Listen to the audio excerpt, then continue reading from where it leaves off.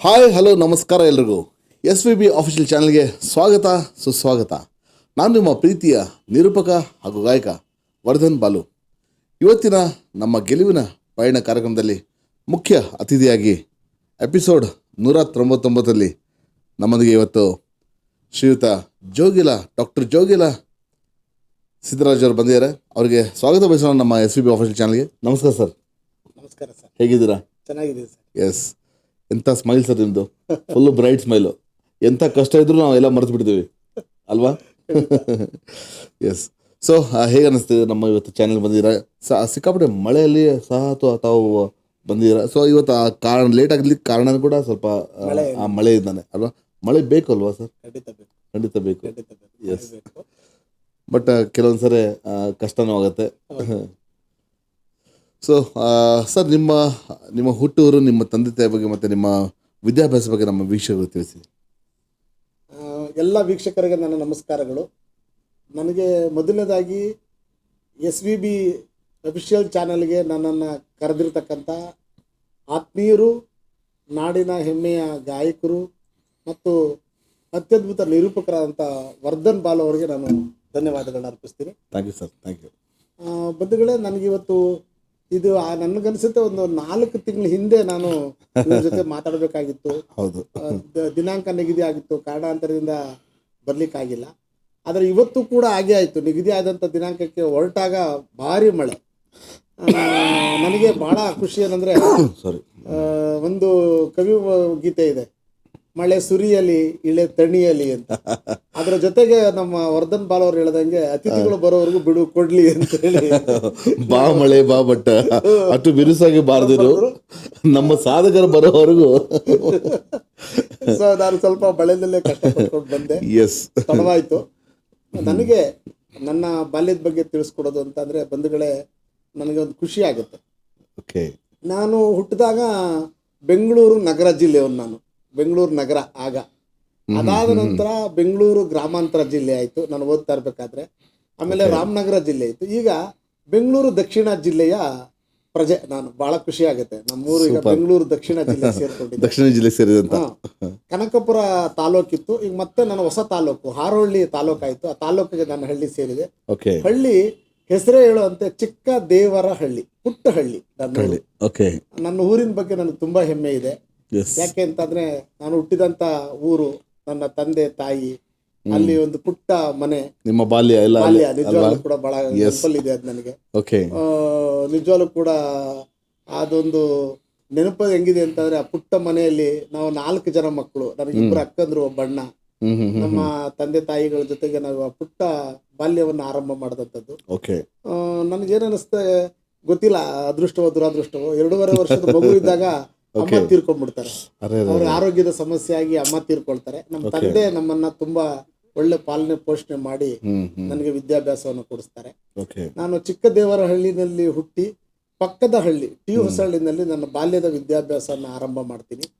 ಅಲ್ಲಿ 1ನೇ ತರಗತಿಯಿಂದ 7ನೇ ತರಗತಿವರೆಗೂ ನಾನು ವಿದ್ಯಾಭ್ಯಾಸ ಮಾಡುವಂತ ಸಂದರ್ಭದಲ್ಲಿ ನನಗೆ ನನ್ನ ಹುಟ್ಟಿನಿಂದನೇ ಬಂದಂತ ಬಳುವಳಿ ಏನಪ್ಪಾ ಅಂತಂದ್ರೆ, ನನ್ನ ತಾಯಿ ಪಂಡರಿ ಭಜನೆಯ ಗಾಯಕಿ, ಬಹಳ ಅದ್ಭುತವಾದಂತ ಗಾಯಕಿ. ಹೌದು, ನಮ್ಮ ತಂದೆ ಸಂಗೀತ ನಿಮ್ಮ ತಾಯಿ. ಹೌದು. ಆಮೇಲೆ ನಮ್ಮ ತಂದೆ ಪೌರಾಣಿಕ ಕಲಾವಿದ್ರು, ನಾಟಕಗಳಲ್ಲಿ ಬಹಳ ಅದ್ಭುತವಾದಂತ ಕಲಾವಿದ್ರು. ಅವರಿಂದ ಬಂದಂತ ಬಳುವಳಿ ಅನ್ಸುತ್ತೆ. ಆಮೇಲೆ ನಮ್ಮ ಮನೇಲಿ ಏನಪ್ಪ ವಿಶೇಷತೆ ಅಂದ್ರೆ, ನನ್ನ ಅಕ್ಕಂದ್ರೆ ಇಬ್ರು ಕೂಡ ಒಳ್ಳೆ ಸೋಬಾನೆ ಗಾಯಕಿಯರು, ತುಂಬಾ ಚಂದ ಆಡ್ತಾರೆ. ಅವ್ರಿಗೆ ನಮ್ಮ ದೊಡ್ಡಕ್ಕನಿಗೆ ಕರ್ನಾಟಕ ಜಾನಪದ ಅಕಾಡೆಮಿ ಪ್ರಶಸ್ತಿ ಕೂಡ ಬಂತು. ಅಂತ ಕುಟುಂಬ. ನನ್ನ ಬಾಲ್ಯದಲ್ಲೇನೆ 3ನೇ ತರಗತಿಯಿಂದ ನೆನಪಿದೆ ಸರ್ ನನಗೆ. ಹೌದು, ಏನಂದ್ರೆ 3ನೇ ತರಗತಿನಲ್ಲಿ ಪದ್ಯಗಳೇನು ಇರ್ತಿತ್ತಲ್ಲ, ನಮಗೆ ಕನ್ನಡ ಪದ್ಯ ಇದ್ದಾಗ ನಾನು ಅದ್ಭುತವಾಗಿ ಅದಕ್ಕೆ ನಾನೇ ರಾಗ ಸಂಯೋಜನೆ ಮಾಡ್ಕೊಂಡು ಆ ತರದ ಬಾಲ್ಯದ ದಿನಗಳು. ಅದಕ್ಕೆ ಮುಖ್ಯ ಪ್ರೇರಣೆ ನಮ್ಗೆ ಸಿಂಗು ಮಾಸ್ಟರ್ ಅಂತ ಕರಿತಾ ಇದ್ವಿ ಅವ್ರನ್ನ. ಅವ್ರ ಹೆಸರು ಪೂರ್ಣ ಹೆಸರು ಲಕ್ಷ್ಮಣ್ ಸಿಂಗ್ ಅಂತ. ಹೌದು, ಸಿಂಗು ಮಾಸ್ಟರ್ ಅಂತ ಕರೆಯುವೆ ನಾವು. ಅವರು ನಮ್ದೊಂದು ಗ್ರಾಮಾಂತರ ಪ್ರದೇಶದ ಸ್ಕೂಲ್ ಆದೇಶದಿಂದ ಸುತ್ತ 7 ಹಳ್ಳಿಗೆಲ್ಲ ಸೇರಿ ಒಂದೇ ಶಾಲೆ ಇದ್ದಿದ್ದು. ಪದ್ಯ ಹೊಸಹಳ್ಳಿ, ಅದು ಮಂಡಲ ಇದ್ದಂತ ಊರದ್ದು. ಸುತ್ತ ಹಳ್ಳಿಯಿಂದ ನಡ್ಕೊಂಡೆಲ್ಲ ಬರೋ ಮಕ್ಕಳು. ಆ ಊರಲ್ಲಿ ಶಾಲೆ. ಸಂಜೆ 4:15 ಇಂದ 5:30 ನಮ್ಗೆ ಕಲ್ಚರಲ್ ಆಕ್ಟಿವಿಟಿ 1 ಅವರ್ ಎಲ್ಲಾರನ್ನೂ ಕೂರಿಸ್ಬಿಟ್ಟು, ಅವ್ರು ಹೆಂಗ್ ಹೇಳ್ತಿದ್ರು, ಹಳ್ಳಿ ಅಲ್ವಾ, ಬನ್ರೋ ಯಾರ್ಯಾರು ಹಾಡು ಆಡಕ್ ಬರುತ್ತೆ,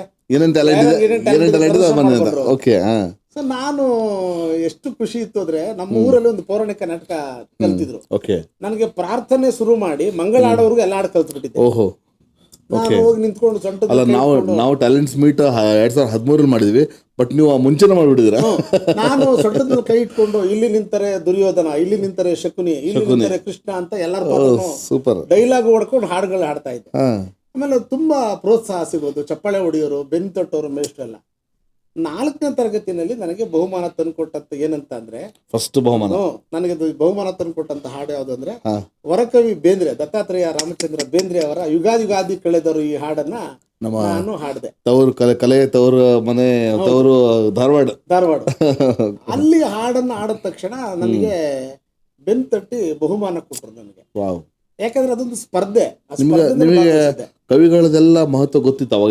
ಗೊತ್ತಿತ್ತು ಅಲ್ವಾ. ನಮ್ಮ ಪಾಠ ಮಾಡ್ತಿದ್ ಮಾಸ್ಟರ್ ಸರ್ ನಮ್ಗೆ ಇವತ್ತು ನಾವೇನಾದ್ರೂ ಈ ತರದ ವ್ಯಕ್ತಿತ್ವವನ್ನು ಆಗಿದ್ರಿ ಅಂದ್ರೆ ನನ್ನ ತಂದೆ ತಾಯಿ ಮತ್ತು ನನ್ನ ವಿದ್ಯೆ ಕಲಿಸಿದ ಗುರುಗಳು. ಅದು ಬಹಳ ಮುಖ್ಯ. ನನಗೆ ಒಂದು ಗ್ರಾಮೀಣ ಪ್ರದೇಶದಲ್ಲಿ ಏನಾಗಿತ್ತು ಸರ್ ಅಂದ್ರೆ, ನಮ್ಗೆ ನಾವು ಓದಂತ ಹಳ್ಳಿಗಳ ವಾತಾವರಣ ಹೆಂಗಿತ್ತಂದ್ರೆ, ನಮಗೆ ಕ್ಲೋಸ್ಡ್ ಯೂನಿವರ್ಸಿಟಿ ಅಲ್ಲ, ಅದು ಓಪನ್ ಯೂನಿವರ್ಸಿಟಿ. ಅಂದ್ರೆ ನಮ್ಗೆ ಯಾವ್ದೋ ಒಂದು ಮರದ ಬಗ್ಗೆ ಅವ್ರು ಪಾಠ ಮಾಡಿದ್ರೆ ನಮ್ಗೆ ಮರಗಳನ್ನ ನೋಡಿದ್ವಲ್ಲ ನಾವು, ಬಹಳ ಬೇಗ ಅರ್ಥ ಆಗ್ತಾ ಇತ್ತು ನಮ್ಗೆ. ನಮ್ಗೆ ಹೊಲ ಗದ್ದೆ ಬೈಲು ಇದ್ರ ಬಗ್ಗೆ ಯಾವುದೇ ಒಂದು ಪಾಠಗಳು ಪ್ರವಚನಗಳು ಶುರುವಾದ್ರೆ ಬಹಳ ಲೀಲಾಜಾಲ ನಮ್ಗೆ ಅರ್ಥ ಆಗೋ ತರ ಪಾಠ ಮಾಡ್ತಿದ್ರು, ಪ್ರಾಕ್ಟಿಕಲ್ ಆಗಿ ನೋಡ್ತಿದ್ವಿ. ಈಗ ನಮ್ಗೆ ಹಸು ಕರು ಎಮ್ಮೆ ಕೋಳಿ ಕುರಿ ಅಂದ್ರೆ ಈಗ ಹಳ್ಳಿ ನಗರ ಪ್ರದೇಶದ ಮಕ್ಕಳಿಗೆ ಅರ್ಥ ಮಾಡಿಸ್ಬೇಕು. ನಾವು ಅದ್ರ ಜೊತೆಗೆ ಬದುಕಿದ್ ನಡೆಸ್ತಿದ್ವಿ. ನಮ್ಗೆ ಅದ್ರ ಜೊತೆಗೆ ಮಣ್ಣೇ ಗೊತ್ತಿಲ್ಲ, ಈಗಿನ ಮಕ್ಕಳು ಮಣ್ಣೇ ಗೊತ್ತಿಲ್ಲ, ಮಣ್ಣಿನ ಗುಣನೇ ಗೊತ್ತಿಲ್ಲ. ಆಮೇಲೆ ಇನ್ನೊಂದು ವಿಶೇಷತೆ ಏನಪ್ಪಾ ಅಂತಂದ್ರೆ, ನನ್ನ ಬಾಲ್ಯದಲ್ಲಿ ನಾವು ಬರಿಗಾಲಲ್ಲಿ ನಡ್ಕೊಂಡು ಸ್ಕೂಲ್ಗೆ ಹೋಗ್ತಾ ಇದ್ವಿ ಅಲ್ವಾ. ಚಪ್ಪಲಿ ಅನ್ನೋ ಕಾನ್ಸೆಪ್ಟೇ ಇಲ್ವೇ ಇಲ್ಲ. ನಾವ್ SSLC ಮುಗಿಸಿ PUC ಹೋದಾಗ ನನಗೆ ಕಂಪಲ್ಸರಿ ಕೂಡ ಮಾಡಿರ್ಲಿಲ್ಲ, ತಗೊಳಕ್ ಸಾಧ್ಯವೇ ಇಲ್ಲ. ಆ ತರದ ಹಳ್ಳಿ ವಾತಾವರಣ. ಯಾರೋ ಶ್ರೀಮಂತರ ಮಗ ಅವನು ಚಪ್ಪಲಿ ಹಾಕೊಳ್ತಾ ಇದ್ದಾನೆ ಅಂದ್ರೆ, ಬಹಳ ಶ್ರೀಮಂತ ಮಕ್ಳಿಗೆ ಮಾತ್ರ ಚಪ್ಪಲಿಯ ಪ್ರಾವಿಷನ್ ಇರ್ತದೆ. ಅದು ಆ ತರದಲ್ಲಿ ಆರಂಭ ಆದಂತ ನನ್ನ ಬಾಲ್ಯ. ಅಲ್ಲಿಂದ 7ನೇ ತರಗತಿಯನ್ನ ಹೋಬಳಿ ಮಟ್ಟದಲ್ಲಿ ಕಾಂಪಿಟೇಟಿವ್ ಎಕ್ಸಾಮ್ ಮೇಲೆ ನಾನು ಮುಗಿಸ್ಕೊಂಡು 8ನೇ ತರಗತಿಗೆ ಗ್ರಾಮಾಂತರ ಪ್ರೌಢಶಾಲೆ ಹಾರೋಳ್ಳಿಗೆ ಬಂದೆ. ಇವತ್ತು ನನ್ನ ಹಾರೋಳ್ಳಿ ತಾಲೂಕಾಗಿದೆ. ಸೊ ಅಲ್ಲಿಗೆ ಬಂದೆ. ಅಲ್ಲಿ ನನಗೆ ಬಹಳ ಸಿಕ್ಕದಂತ ದೊಡ್ಡ ಬಳುವಳಿ ಏನಪ್ಪಾ ಅಂತ ಅಂದ್ರೆ, ಅಲ್ಲೊಬ್ರು R ವೆಂಕಟೇಶಯ್ಯ ಅಂತ ನನ್ನ ಸಂಗೀತ ಶಿಕ್ಷಕರು ಸಿಕ್ಕಿದ್ರು. 3 ವರ್ಷಗಳ ಕಾಲ ಅವ್ರ ಬಳಿ ನಾನು ಸಂಗೀತವನ್ನ ಕಲಿತೆ. ಸಂಗೀತ ಕಲಿತಾಗ ನನಗೇನು ಅನುಕೂಲ ಆಯ್ತು ಅಂತಂದ್ರೆ, ಅವರು ನನಗೆ ಜನಪದ ಗೀತೆ ಅಂದ್ರೇನು, ಭಾವಗೀತೆ ಅಂದ್ರೇನು, ಭಕ್ತಿಗೀತೆ ಅಂದ್ರೇನು, ಲಾವಣಿ ಅಂದ್ರೇನು, ತತ್ವಪದ ಅಂದ್ರೇನು, ಈ ತರದ ಬೈಫರ್ಗೇಷನ್ ಎಲ್ಲ ನನಗೆ ತಿಳಿಸ್ಕೊಟ್ರು, ನೀಟಾಗಿ ಎಕ್ಸ್ಪ್ಲೇನ್ ಮಾಡಿದ್ರು, ಕಲಿಸಿದ್ರು. ಅಲ್ಲಿ ನನ್ನ ಮೈಲಿಗಲ್ಲನ್ನ ಸ್ಥಾಪಿಸುತ್ತದೇನಂತ ಅಂದ್ರೆ, ನಿರಂತರವಾಗಿ 8ನೇ ತರಗತಿ 9 ಮತ್ತು 10ನೇ ತರಗತಿನಲ್ಲಿ ನಾನೇನು 3 ವರ್ಷಗಳ ಕಲಿತ್ನಲ್ಲ, ಆಗ ಅಂತರ್ ಪ್ರೌಢಶಾಲಾ ಮಟ್ಟದ ಸ್ಪರ್ಧೆನಲ್ಲಿ ಭಾಗವಹಿಸಿ ಸುಮಾರು ಪ್ರಶಸ್ತಿಗಳನ್ನ ನನ್ನ ಶಾಲೆಗೆ ತಂದೆ. ಅವಾಗ ಒಂದು ಕೆಲಸ ಏನಿತ್ತಂದ್ರೆ, ಅಂತರ್ ಪ್ರೌಢಶಾಲಾ ಮಟ್ಟದ ನಡೆಯೋ ಸ್ಪರ್ಧೆನಲ್ಲಿ ನಿರಂತರವಾಗಿ 3 ವರ್ಷಗಳ ಕಾಲ ನಾವು ಅದೇ ಬಹುಮಾನವನ್ನ ಗೆದ್ರೆ ಆ ರೋಲಿಂಗ್ ಶೀಲ್ಡ್ ಪರ್ಯಾಯ ಪಾರಿತೋಷಕ ಅಂತ ಕೊಡ್ತಿದ್ರು. ಅದನ್ನ ನಮ್ಮ ಶಾಲೆಗೆ ಕೊಡ್ತಾ ಇದ್ರು. ಆ ತರದ ಬಹುಮಾನವನ್ನ 3 ಪರ್ಯಾಯ ಪಾರಿತೋಷಕವನ್ನ ನನ್ನ ಶಾಲೆಗೆ ತಗೊಂಡಿದ್ದೀವಿ. ಸೊ ಅದು ನನ್ನ ಮೈಲಿಗಲ್ಲು. ಅದಾದ್ಮೇಲೆ ನಾನು ಓದೋದ್ರಲ್ಲೂ ಕೂಡ ತುಂಬಾ ತುಂಬಾ ಓದ್ತಾ ನಂದು ಅವಾಗ 16ನೇ ವಯಸ್ಸಿಗೆ SSLC ಬರ್ದೆ. ಬಹಳ ಇನ್ನೊಂದು ನನ್ನ ಬದುಕಿನಲ್ಲಿ ಮೈಲಿಗಲ್ಲು ಅಂತ ಅಂದ್ರೆ, 1986ನೇ ಇಸ್ವಿ ನಾನು ನನ್ನ ಶಾಲೆ ಏನಪ್ಪಾ ಆಗಿತ್ತಂದ್ರೆ, ಅವಾಗ ಒಂದು ರಾಷ್ಟ್ರೀಯ ಭಾವೈಕ್ಯತೆ ಶಿಬಿರ ಅಂತ ದೆಹಲಿನಲ್ಲಿ ನಡೆಯಿತು. ಆಗ ಇಡೀ ಕರ್ನಾಟಕ ರಾಜ್ಯದಿಂದ ನಮ್ಮ ಶಾಲೆ ಆಯ್ಕೆ ಆಗಿತ್ತು. ನಮ್ಮ ಶಾಲೆಯಲ್ಲಿ 3 ಜನ ಹೆಣ್ಮಕ್ಳು ಮತ್ತು 3 ಜನ ಗಂಡು ಮಕ್ಳು ನಾವು ದೆಹಲಿಗೆ ಹೋಗಿದ್ವಿ 86ನೇ ಇಸ್ವಿನಲ್ಲಿ. ಆ ದೆಹಲಿಗೆ ಹೋದಂತ 6 ಜನರ ತಂಡದಲ್ಲಿ ನಾನೊಬ್ಬ ಮುಖ್ಯ ಗಾಯಕನಾಗಿದ್ದೆ. ಹೆಮ್ಮೆ ವಿಷಯ. ಸೊ ಅಲ್ಲಿ ಏನಪ್ಪಾ ಹಾಡುಗಳು ಹೇಳ್ಕೊಟ್ರು, ರಾಷ್ಟ್ರೀಯ ಭಾವೈಕ್ಯತೆ ಶಿಬಿರದಲ್ಲಿ ನೀವೆಲ್ಲ ಇವತ್ತು ಕೇಳ್ತೀರಿ, ಸಾರೇ ಜಹಾನ್ ಸೆ ಅಚ್ಚಾ ಹಿಂದಿ ಗೀತೆ. ಅದು ಹೌದು. ನಮ್ಮಲ್ಲಿ ಓ ಚೆಲುವಿನ ಮುದ್ದಿನ ಮಕ್ಕಳೆಂತ ಕನ್ನಡದ ಹಾಡು, ಆಮೇಲೆ ಮಲಯಾಳಂನಲ್ಲಿ ಓಡಿ ವಿಳಿಯಾಡೋ ಪಾಪ ನೀ ವೈಂದರಿಕಲಾಗದು ಪಾಪ, ಈ ತರದ 14 ಭಾಷೆಯ ಹಾಡುಗಳನ್ನ ಕಲಿಸ್ಕೊಟ್ರು. ನಾವ್ ಅಲ್ಲಿಂದ ಬಂದು ದೆಹಲಿಯಿಂದ 1 ವಾರಗಳ ಕಾಲ ಅಲ್ಲಿದ್ದು 8 ದಿನ ಮುಗಿಸ್ಕೊಂಡು ವಾಪಸ್ ಬಂದ್ಮೇಲೆ ಮೊಟ್ಟ ಮೊದಲ ಬಾರಿಗೆ ನನ್ನ ಗುರುಗಳ ಕರ್ಕೊಂಡೋಗಿ ಬೆಂಗಳೂರು ಆಕಾಶವಾಣಿನಲ್ಲಿ ಈ ಎಲ್ಲಾ ಹಾಡುಗಳನ್ನ ಆಡಿಸಿದ್ರು. ಹಳ್ಳಿಯಿಂದ ದಿಲ್ಲಿಯ ಒಂದು ಮೊದಲನೇ ಜರ್ನಿ ಶುರುವಾಯ್ತು. Very good. ಸೊ ಬಾಲ್ಯ ಬಹಳ ಅದ್ಭುತವಾಗಿ ಅಂದರೆ ಚಾಲೆಂಜಿಂಗ್ ಅಲ್ಲೇ ಬಂದಿದೆ ಹೌದು ಸರ್. ಅಲ್ವಾ? ಸೊ ಒಂದು ಪ್ರತಿಯೊಂದು ಇದರಲ್ಲೂ ತಾವು ಭಾಗವಹಿಸ್ತಿದ್ರಿ ಅಲ್ವಾ? Use to participate. Okay. So ಸತತವಾಗಿ ಗೆಲ್ತಾನೆ ಬಂದಿದ್ದೀರಾ, ಹೌದು. ಅದು ಬಹಳ ವಿಶೇಷ. ಓಕೆ ಸರ್, ಯಾವಾಗಿಂದ ಹಾಡೋದಕ್ಕೆ ಪ್ರಾರಂಭ ಮಾಡಿದಿರಿ? ಮತ್ತೆ ಸರ್ ನಾನು ಮೊದಲೇ ಅದು ಮೊದಲನೇ ಸರಿ ತಾವು ಒಂದು ಸಂಗೀತ ಒಂದು ಪ್ರಾರಂಭ ಆಗಿದೆ ಎಲ್ಲಿಂದ? ಅದು ನನಗೆ ಪ್ರೈಮರಿ ಸ್ಕೂಲಲ್ಲೇ, ಪ್ರೈಮರಿ ಸ್ಕೂಲೇ ನನಗೆ ಅದೇ ಆರಂಭ. ನೀವೇ ಸಿಂಗರ್ ಅಲ್ಲಿ? ನಾನು ಸಿಂಗರು. ಆಮೇಲೆ ನನ್ನ ಜೊತೆ ತುಂಬಾ ಕಾಂಪಿಟೇಷನ್ ಇರ್ತಿತ್ತು ಸರ್. ಓಕೆ. ನನಗೆ ಕಾಂಪೀಟ್ ಕೊಡೋರು ತುಂಬಾ ಜನ ಇರ್ತಿದ್ರು. ಅದ್ರಲ್ಲಿ ಒಂದು ನೆನೆಸ್ಕೊಳ್ಳೋದೇನಂದ್ರೆ, ನಮ್ಮ ಊರಲ್ಲಿ ಒಬ್ರು ಸೀತಾರಾಮ್ ಶಾಸ್ತ್ರಿ ಅಂತ ಶಾಸ್ತ್ರಿ ಮಗಳೊಬ್ಳಿದ್ಲು, ಪದ್ಮ ಅಂತ. ಓಕೆ. ಅವ್ರ ಮನೆಯಲ್ಲಿ ರೇಡಿಯೋ ಇರ್ತಿತ್ತು. ಅವಳು ರೇಡಿಯೋನಲ್ಲಿ ಕಲ್ತಂತ ಹಾಡುಗಳ ತಗೊಂಡ್ ಇಲ್ಲಿ ಆಡ್ತಾ ಇದ್ಲು. ನಾನು ಪೌರಾಣಿಕದಲ್ಲಿ ಆಡುವಂತ ಹಾಡು ಇಲ್ಲಿ ಆಡ್ತಾ ಇದ್ದೆ. ನಿಮ್ಗೆ ವ್ಯವಸ್ಥೆ ಇರಲಿಲ್ಲ, ಬಟ್ ಪೌರಾಣಿಕ ಇರೋದನ್ನ ತಾವು ಹಾಡ್ತಿತ್ತು. ಅವ್ಳು ಏನ್ ನನಗಳು ಕಾಂಪಿಟೇಷನ್ ಅಂದ್ರೆ, ನಾನೊಂದು ಹಾಡಾಡ ಅವಳೊಂದು ಬಂದು ಹಾಡೋಳು. ಆ ಕಾಂಪಿಟೇಷನ್ ಅಲ್ಲಿ ನಾನೇ ಗೆಲ್ತಾ ಇದ್ದೆ. ಏನಂತ ಅಂದ್ರೆ, ನನ್ನ ಹತ್ರ ಸರಕು ಜಾಸ್ತಿ ಇರ್ತಾ ಇತ್ತು, ಎಲ್ಲ ಹಾಡುಗಳು ಇರೋದಲ್ಲ.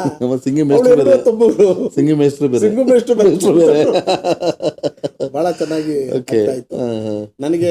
ನಿಜವಾಗ್ಲೂ ಕೂಡ ಅಲ್ಲಿಂದ ಆರಂಭ ಆಯ್ತು ನನಗೆ. 3ನೇ ತರಗತಿ ವಿದ್ಯಾರ್ಥಿನ ನೆನ್ಪಿಟ್ಕೊಂಡಿದ್ದೀನಿ. ಅಲ್ಲಿಂದ ಆರಂಭ ಆದಂತ ನನ್ನ ಪಯಣ ಈಗಲೂ ಕೂಡ ಮುನ್ನಡೀತಾ ಇದೆ. Very good sir, very good, ಅದ್ಭುತ. ಆ ಪಯಣ ಏನಂತ ನಾವು ತಿಳ್ಕೊಳ್ಳೋಣ ವೀಕ್ಷಕರೇ. ಸೊ ನಮ್ಮ ಸಾಧಕರ ಜೊತೆಗೆ ತಾವು ಮಾತನಾಡಲು ಕರೆ ಮಾಡಿ 8050608951. ಇವನ್ ನಿಮಗೆ ಸ್ಕ್ರೋಲಿಂಗಲ್ಲಿ ನಿಮಗೆ ಕಾಣುತ್ತೆ, ನಂಬರ್ಸ್ ಕಾಣುತ್ತೆ. ಆ ನಂಬರ್ನ ತಾವು ನೋಟ್ ಮಾಡಿಕೊಂಡು, ನಾವು ಸೇವ್ ಮಾಡಿಕೊಂಡು ಕೂಡ ತಾವು ಕಾಲ್ ಮಾಡ್ಬೋದು. ಸೊ ನಮ್ಮ ಸಾಧಕರ ಜೊತೆಗೆ ಮಾತಾಡ್ಬೋದು. ಎಸ್, ಬನ್ನಿ ಮುಂದುವರ್ಸೋಣ. ಸರ್, ನೀವು ಹಾಡೋದು ಪ್ರಾರಂಭ ಮಾಡಿದ್ದು ಪ್ರೈಮರಿಯಲ್ಲಿ. ಸೊ ಆ ಒಂದು ಕಾಂಪಿಟೇಷನ್ ಥರನೇ ಒಂದು ಚೆನ್ನಾಗಿ ಹೆಲ್ತಿ ಕಾಂಪಿಟೇಷನ್ ಇತ್ತು.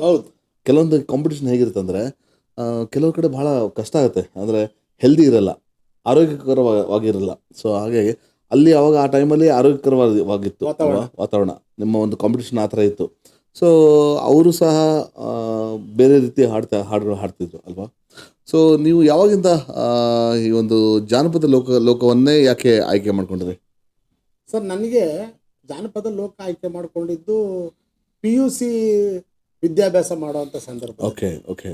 ಅಂದ್ರೆ ಅಲ್ಲಿಗೆ ಮುಖ್ಯವಾಗಿ ನಾನು ಹೇಳ್ತೀನಿ, ರಾಮನಗರ ಮತ್ತು ಚನ್ನಪಟ್ಟಣದ ಮಧ್ಯೆ ನಾಡೋಜ HL ನಾಯಗೌಡರು ಜಾನಪದ ಲೋಕವನ್ನ ಸ್ಥಾಪನೆ ಮಾಡಿದ್ರು. ಆಗ ನಾನು ಹೈಸ್ಕೂಲಲ್ಲಿ ನೀವು ಹೇಳ್ದಂಗೆ ಸ್ವಲ್ಪ ಪ್ರೈಸ್ ಎಲ್ಲ ತಗೊಂಡು ಜನಪದ ಗೀತೆಗಳನ್ನ ಹೆಚ್ಚು ಹಾಡ್ತಾ ಇದ್ದಿದ್ದು, ಬಹುಮಾನ ತಗೊಳ್ಳೋದೆಲ್ಲ ಆಯ್ತು. ಕಾಲೇಜಿಗೆ ಬಂದೆ ನಾನು.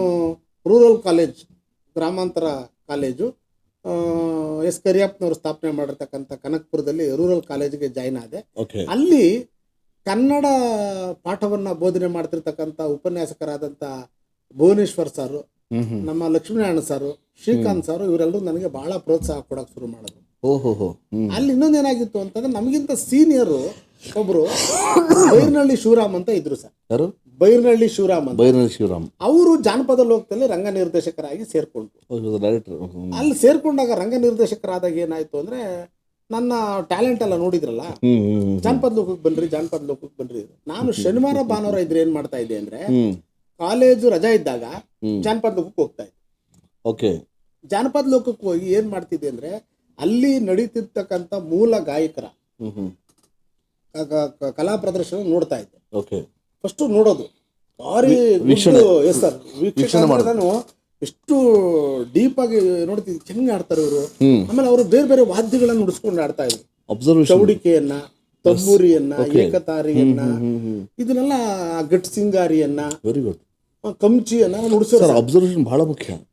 ಎಷ್ಟು ನೋಡೋನಿ ಅಂದ್ರೆ, ಅಲ್ಲಿ ನೋಡ್ತಾನೆ ನಾನು ಕಂಜ್ರ ನುಡಿಸೋದ್ ಕಲ್ತ್ಕೊಂಡೆ.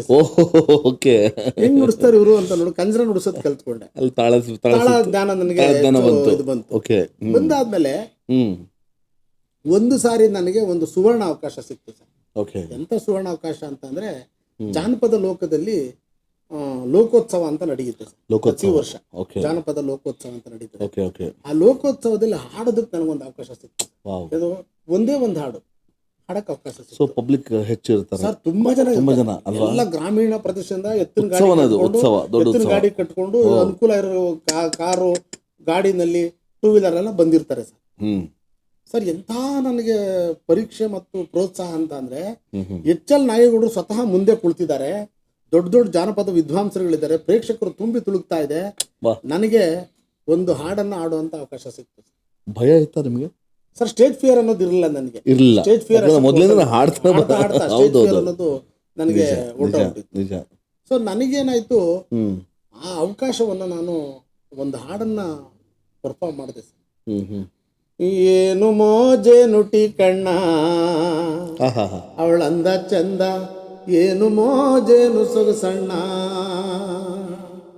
ಏನು ಮೋಜೆ ನುಟಿ ಕಣ್ಣ ಅವಳಂದ ಚಂದ, ಏನು ಮೋಜೇನು ಸೊಗಸಣ್ಣ,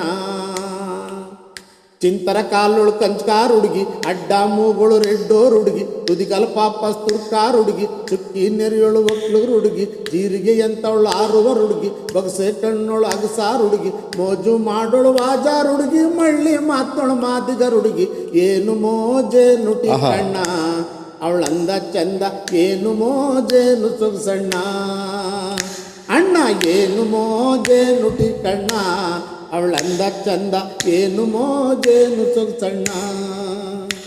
ಈ ಹಾಡು ಹಾಡಿದೆ ಸರ್. ಕ್ಯಾ ಬಾತ್ ಸರ್. ಸಾರ್ ಕಳೆದೋಗ್ಬಿಡ್ತು ನಾವು. ಪೂರ್ಣ ಹಾಡು ಮುಗಿದಾದ್ಮೇಲೆ ಮೋರ್ ಸಿಳ್ಳೆ ಮೊಳಗರಿತಾರೆ ಹಂಗೆ. ಮತ್ತೆ ಆ ಹಾಡಿನ ಮುಖಾಂತರ ಒಂದು ಸಂದೇಶ ಕೊಟ್ಟೆ ಅಲ್ವಾ. ಆಮೇಲೆ ಎಲ್ರು ಓನ್ಸ್ ಮೋರ್ ಅಂತಿದ್ದಾರೆ.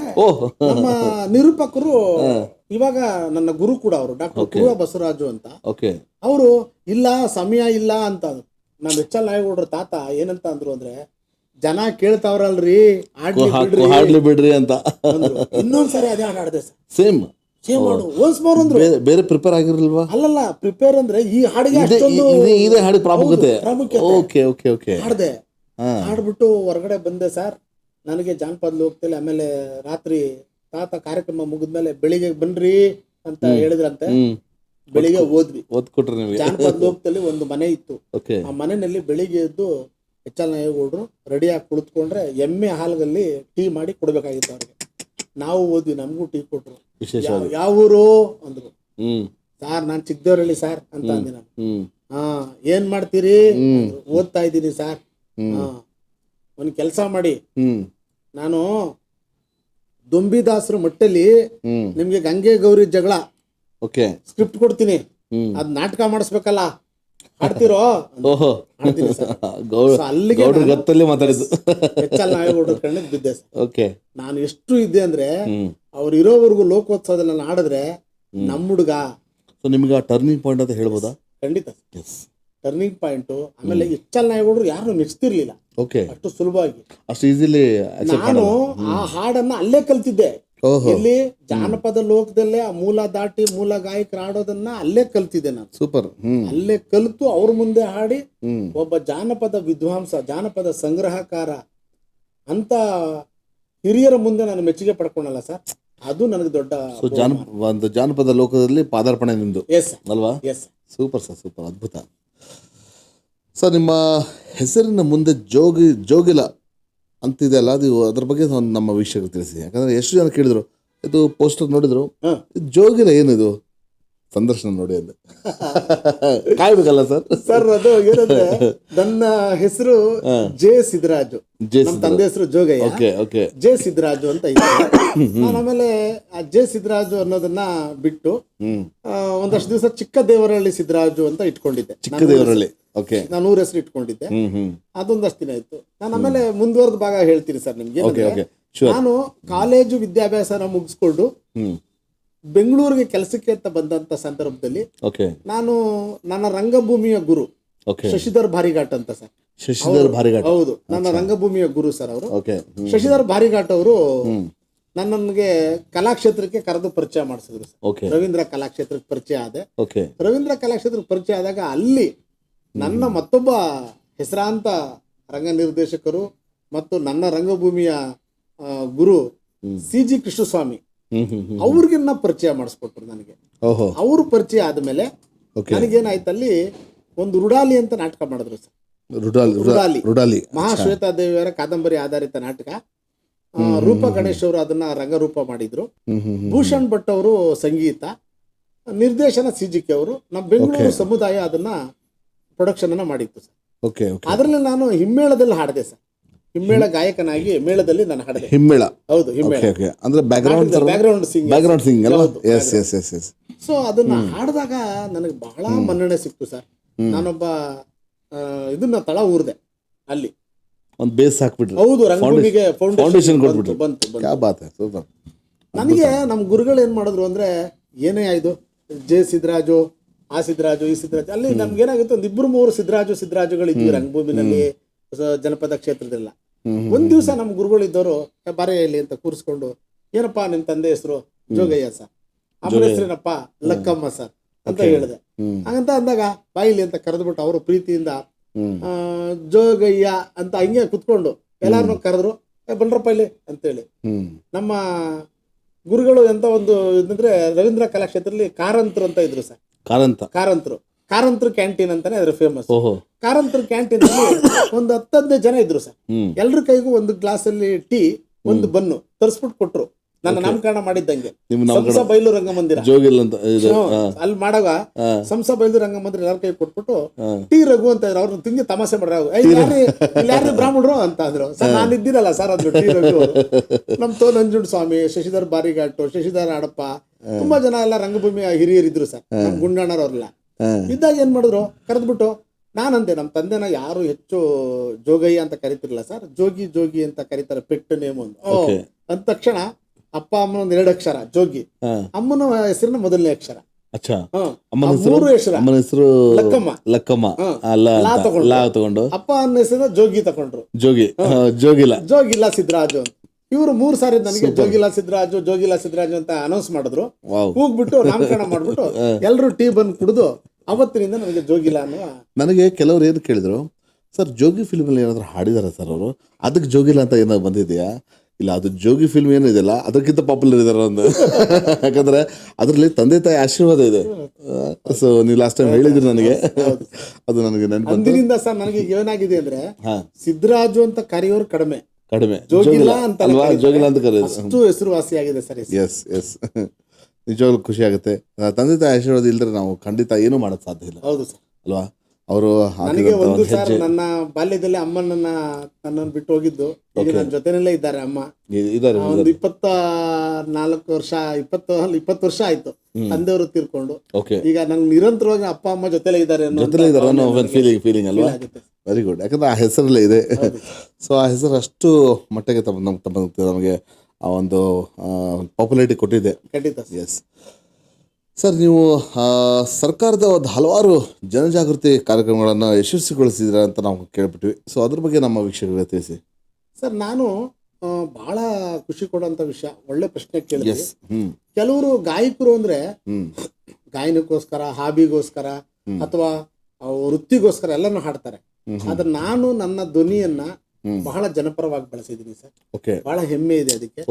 ನಾನೊಬ್ಬ ಜನಪದ ಗಾಯಕ ಅಂತ ಇವತ್ತು ಹೇಳಿಕೊಳ್ಳುವ ಮುನ್ನ ನಾನು ಮೊಟ್ಟ ಮೊದಲು ಹಾಡಿದ್ದು ರೈತ ಚಳವಳಿಯಲ್ಲಿ.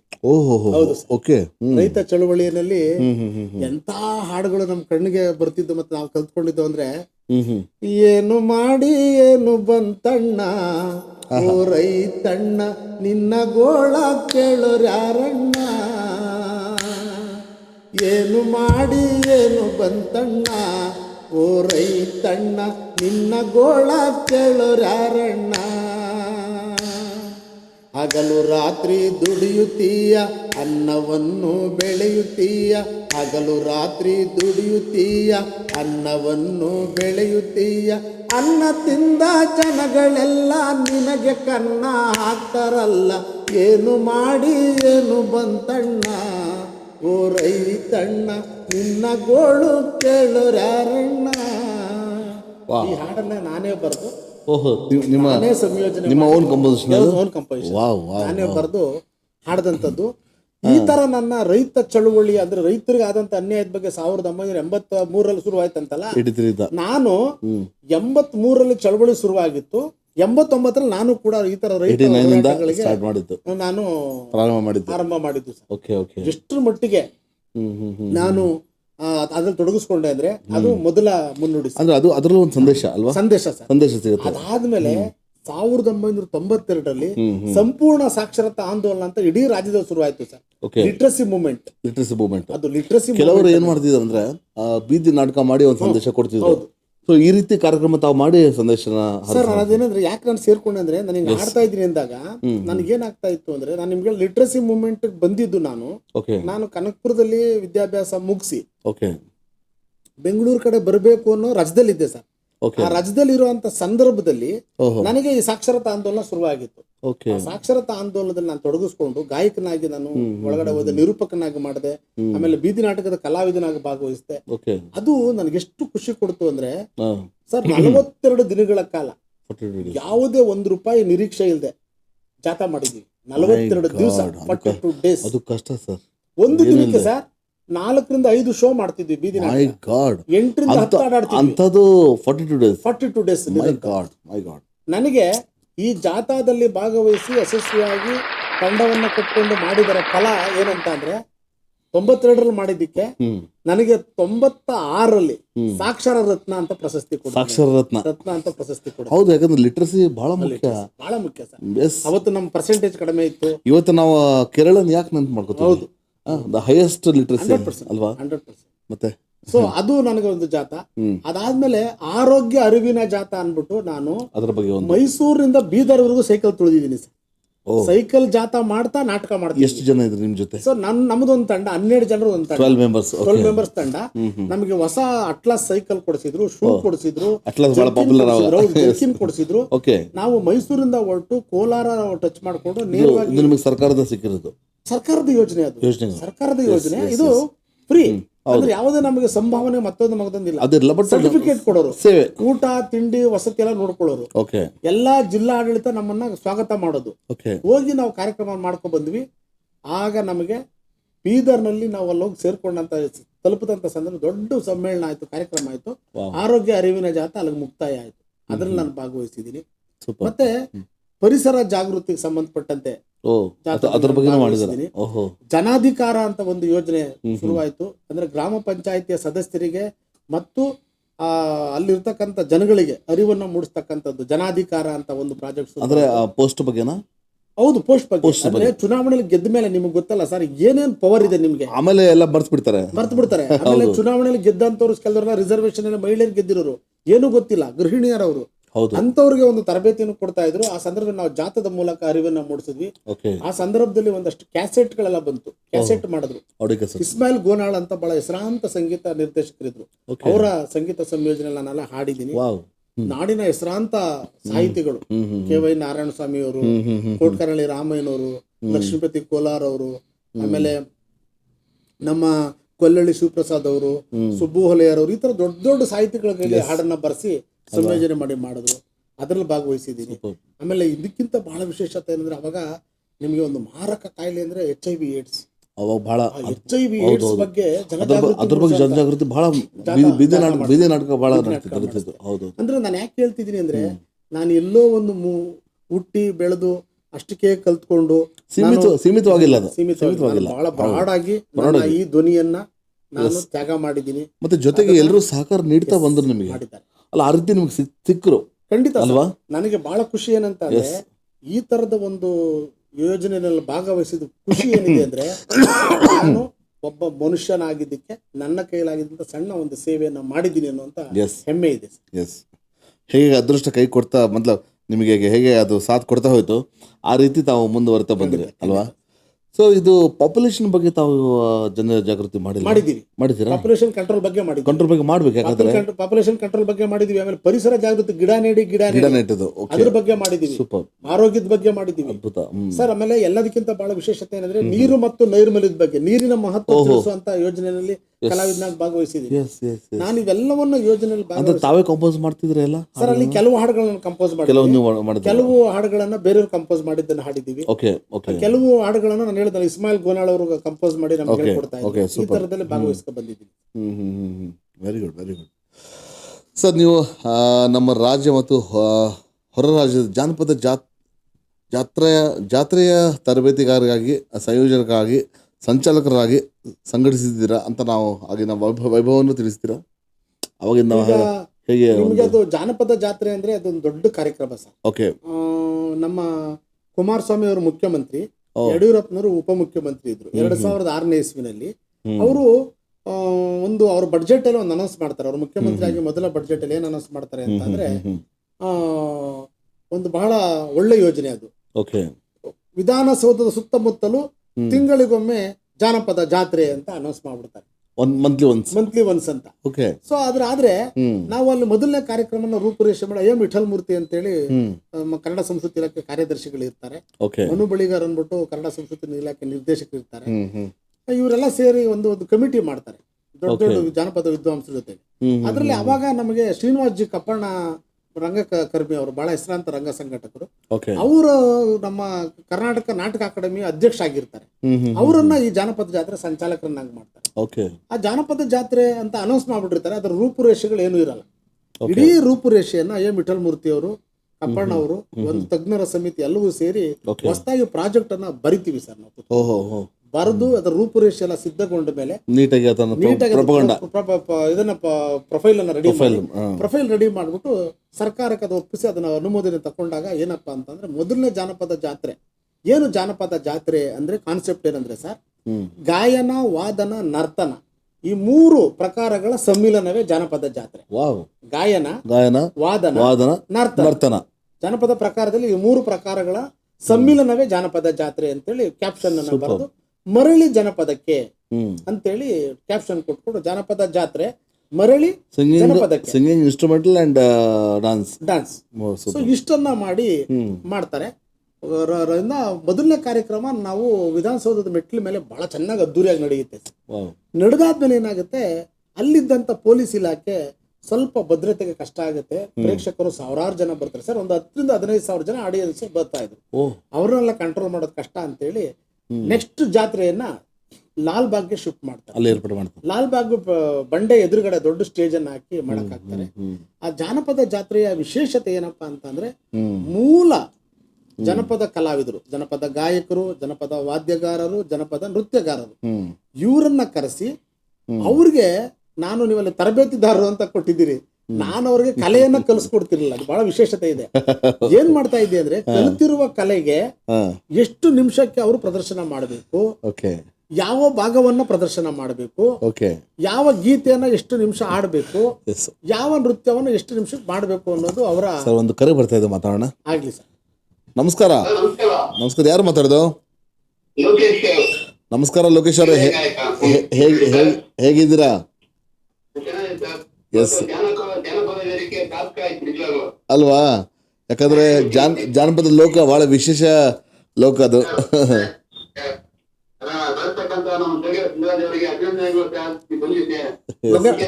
ಧನ್ಯವಾದಗಳು ಸರ್. ಧನ್ಯವಾದಗಳು ಸರ್. ಇವರು ವಿಜಲ್ ಲೋಕೇಶ್ ಅಂತ. ವಿಜಲ್ ಲೋಕೇಶ್ ಸರ್ ಗೊತ್ತು ನನಗೆ. ಗೊತ್ತಲ್ಲ? ಪರಮಾಪ್ತರು ಸರ್ ಲೋಕೇಶ್ ಸರ್. ನನ್ನ ಪರಮಾಪ್ತರು ಲೋಕೇಶ್ ಸರ್.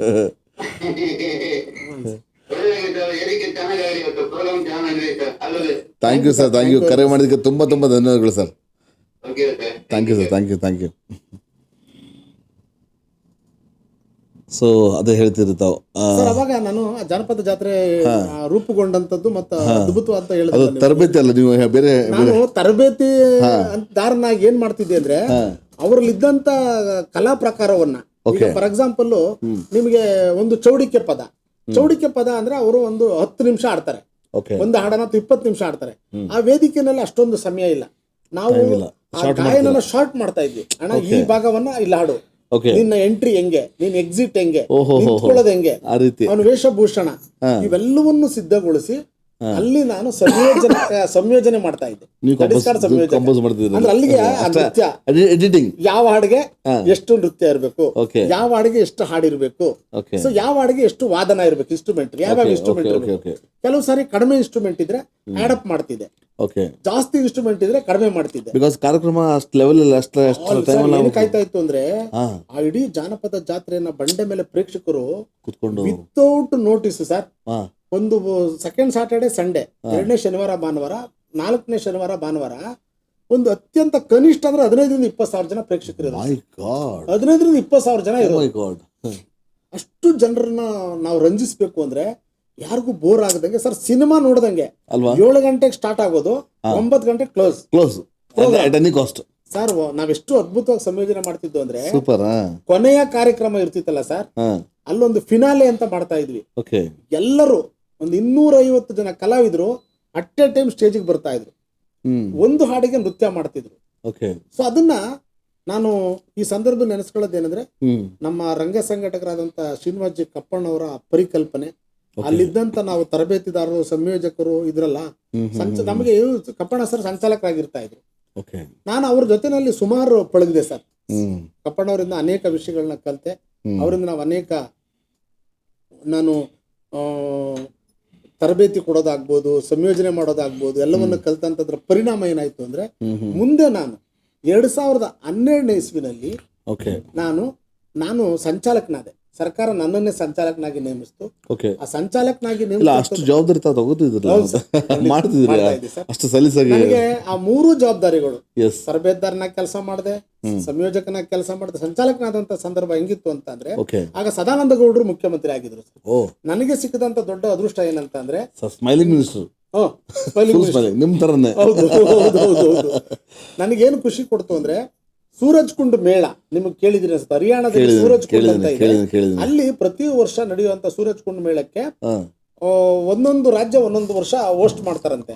ನನ್ನ ಅದೃಷ್ಟವಶಾತ್ ಆ ವರ್ಷ ಸೂರಜ್ ಕುಂಡ್ ಮೇಳನ್ನ ನಮ್ಮ ಕರ್ನಾಟಕಕ್ಕೆ ಸಿಕ್ಕಿತ್ತು ಹೋಸ್ಟ್ ಮಾಡೋದು ಕಲಾ ಪ್ರಕಾರಗಳು. ಆ ಸಂದರ್ಭದಲ್ಲಿ ಆ ಜಾನಪದ ಜಾತ್ರೆನ ಅಲ್ಲಿ ಮಾಡಿಸ್ದೆ. ಬಿಜಾಪುರದಲ್ಲಿ ನಮ್ದು ಅಖಿಲ ಭಾರತ ಕನ್ನಡ ಸಾಹಿತ್ಯ ಸಮ್ಮೇಳನ ನಡೀತು, ಅಲ್ಲಿ ಮಾಡಿಸ್ದೆ. ಅದಲ್ಲದೆ ಬೇರೆ ಬೇರೆ ಕಡೆಗಳಲ್ಲಿ 4 ಜಾನಪದ ಜಾತ್ರೆಗಳನ್ನ ಮಾಡಕ್ ಸಾಧ್ಯ ಆಯ್ತು ಆ ಅವಧಿನ 1 ವರ್ಷದಲ್ಲಿ. ನನಗೆ ಅದೊಂದು ದೊಡ್ಡ ಹೆಗ್ಗಳಿಕೆ ವಿಷಯ. ಹಾಗಾಗಿ ಆ ವೈಭವ ಹೆಂಗಿತ್ತು ಅಂತಂದ್ರೆ ನಿಮ್ಗೆ ಹೇಳ್ಬಿಡ್ತೀನಿ ಸರ್.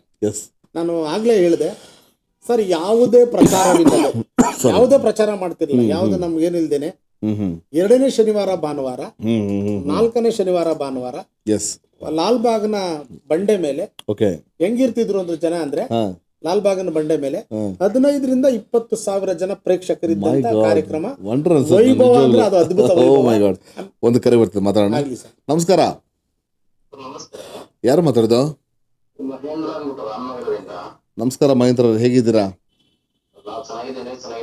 ಎಸ್, ನಾನು ಸೂಪರ್ ಆಗಿದ್ದೀನಿ. ನಮ್ಮೊಂದಿಗೆ ಇವತ್ತು ಜೋಗಿಲ ಸಿದ್ದರಾಜರು ಇದ್ದಾರೆ. SVB ಆಫೀಷಿಯಲ್ ಚಾನಲ್ಗೆ ಸ್ವಾಗತ ಬಯಸ್ತೇನೆ ನಿಮಗೆ. ನಮಸ್ತೆ. ನಮಸ್ತೆ ಸರ್, ಜೋಗಿಲ ಸರ್. ಸರ್ ನಮಸ್ಕಾರ. ಸರ್ ನಮಸ್ತೆ. ಸರ್, ನಿಮ್ ಕಾರ್ಯಕ್ರಮ ನೋಡಿ ಬಹಳ ನಮ್ಗೆ ಖುಷಿ ಆಯ್ತು. ಕರ್ನಾಟಕದಲ್ಲಿ ನಿಮ್ಮಂತ ಕಲಾವಿದರು ಅದರಿಂದ ಜನಪದ ಕಲೆ ಉಳಿತಾ ಇದೆ. ಧನ್ಯವಾದ ಸರ್. ಅದರೊಟ್ಟಿಗೆ ಸರ್, ನಮ್ದೊಂದು ಏನಪ್ಪಾ ಅಂದ್ರೆ ಒಂದು ರಿಕ್ವೆಸ್ಟ್. ಹೇಳಿ ಸರ್. ಈ ಕಲಿಯುವಂತ ಹುಡುಗರಿಗೆ ನೀವು ಯಾವ ತರ ಒಂದು ಅವಕಾಶ ಮಾಡ್ಕೊಡ್ತಾ ಇದ್ರಿ ಅನ್ನೋದು ನಮ್ಗೆ ಸರ್ ಹೋಗ್ಬೇಕು ಸರ್. ಸರ್, ಇವಾಗ ನಾವೇನ್ ಮಾಡ್ತಾ ಇದ್ದೀನಿ ಅಂದ್ರೆ, ಆಸಕ್ತಿ ಇರ್ತಕ್ಕಂಥವ್ರು ಬೆಂಗಳೂರಲ್ಲಿ ಅಥವಾ ಬೇರೆ ಬೇರೆ ಭಾಗದಲ್ಲಿ ಇದ್ರು ಸುಮಾರು ಜನ ಕಲಿತಾ ಇದ್ದಾರೆ. ನಮ್ಮ ಬೆಂಗಳೂರಲ್ಲಿ ಏನ್ ಮಾಡಿದೀನಿ ಅಂದ್ರೆ, ನಮ್ದೇ ಒಂದು ತಂಡ ಇದೆ ಸರ್, ಸಂಭ್ರಮ ಅಂತ. ಆ ತಂಡದ ಮೂಲಕ ನಾವು ಅವ್ರಿಗೆ ತರಬೇತಿಯನ್ನು ಕೊಡೋದು, ಮತ್ತೆ ನನ್ನ ಜೊತೆನೆ ಹಾಕೊಂಡು ಅವ್ರನ್ನ ಕಾರ್ಯಕ್ರಮಕ್ಕೂ ಕರ್ಕೊಂಡು ಹೋಗಿ ಹಾಡ್ಸೋದು, ವೇದಿಕೆಯಲ್ಲಿ ಸ್ಟೇಜ್ ಫಿಯರ್ ಇದ್ರೆ ಅದನ್ನು ಹೋಗ್ಲಾಡ್ಸೋದು, ಹಂತವಾಗಿ ಅವ್ರ ತರಬೇತಿ ಕೊಟ್ಕೊಳ್ತಾ ಮತ್ತೆ ಅವ್ರ ಇಂಡಿಪೆಂಡೆಂಟ್ ಕಾರ್ಯಕ್ರಮ ಕೊಡೋ ಮಟ್ಟಕ್ಕೆ ತರಬೇತಿ ಪಡ್ಕೊಂಡು ಹೋಗಿದ್ದಾರೆ ಸುಮಾರು ಜನ. ಹೊರ ಜಿಲ್ಲೆಯಲ್ಲಿ ಇತ್ತು ಅಂತಂದ್ರೆ ಅವ್ರು ನೇರವಾಗಿ ನನ್ನ ದೂರವಾಣಿ ಕರೆ ಮುಖಾಂತರ ಮತ್ತು ನನಗೆ ಇಡೀ ಹಾಡುಗಳನ್ನ ಅವ್ರಿಗೆ ವಾಟ್ಸಪ್ ಅಲ್ಲಿ ಕಳಿಸ್ಕೊಡ್ತೀನಿ. ಅವ್ರ ಅಭ್ಯಾಸ ಮಾಡ್ತಿರೋ ಸಮಯ ತಪ್ಪುಗಳಿದ್ರೆ ಅದನ್ನ ಓರೆ ಇದ್ರೆ ತಿದ್ತೀನಿ. ಅವರು ಬೇರೆ ಸಂದರ್ಭದಲ್ಲಿ ಬಂದಾಗ ನನಗೆ ಅವ್ರ ತರಬೇತಿ ಕೊಡುವಂತದ್ದು ಮಾಡ್ತಾ ಇದ್ದೀನಿ. ಸರಿ ಸರ್. ಅವರು ಜನಪದದಲ್ಲಿ ಬಹಳ ಆಸಕ್ತಿ ಇದೆ. ಹೌದು ಸರ್.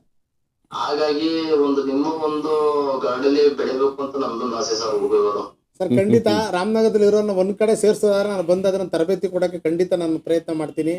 ಆ ಮೂಲಕ, ಯಾಕಂದ್ರೆ ನಿಮಗ್ ಗೊತ್ತಿದೆ, ರಾಮನಗರ ಬಂದು ಜಾನಪದ ಲೋಕದ ಕಾಶಿ. ಸಾಕಷ್ಟು ನಾಗೇಗೌಡರು ಜಾನಪದ ಸಾಕಷ್ಟು ಕಲಾವಿದರಿದ್ದಾರೆ, ಕಲೆಗಳಿದೆ. ಕಲೆಯ ತವರೂರು ನಮ್ಮ ರಾಮನಗರ. ಖಂಡಿತವಾಗೂ ನಾನು ಬರ್ತೀನಿ ಸರ್. ನೀವು ಅದಕ್ಕೆ ಒಂದು ದಯವಿಟ್ಟು ಸ್ವಲ್ಪ ಮುನ್ನಡೆ ಇಟ್ಟರೆ ನೀವು, ನಾನು ಖಂಡಿತ ಬಂದು ಅದನ್ನ ನನ್ನ ಜವಾಬ್ದಾರಿ ತಗೊಂಡು ಮಾಡ್ಕೊಡ್ತೀನಿ ಸರ್. ಏನಿಲ್ಲ ಸರ್, ನೀವು ಬೆಂಗಳೂರಿಗೆ ಕರ್ಕೊಂಡು ಹುಡುಗರುಗಳನ್ನ ಯಾಕೆ ಜನಪದ ಉಳಿಸುವಂತ ಕರ್ತವ್ಯ ನೀವು ಮಾಡ್ಬೇಕಾದ್ರೆ ನಾವು ಸಪೋರ್ಟ್ ಮಾಡೋ ಕರ್ತವ್ಯ ನಮ್ದು. ಧನ್ಯವಾದ ಸರ್. ಹಾಗಾಗಿ ಸರ್, ನಿಮ್ contact number sir? Contact number ಕೊಡ್ತೀವಿ ಈಗ ನಿಮ್ಗೆ, ತಮಗೆ ಈಗ ಹೇಳ್ತೀವಿ ನೀವು.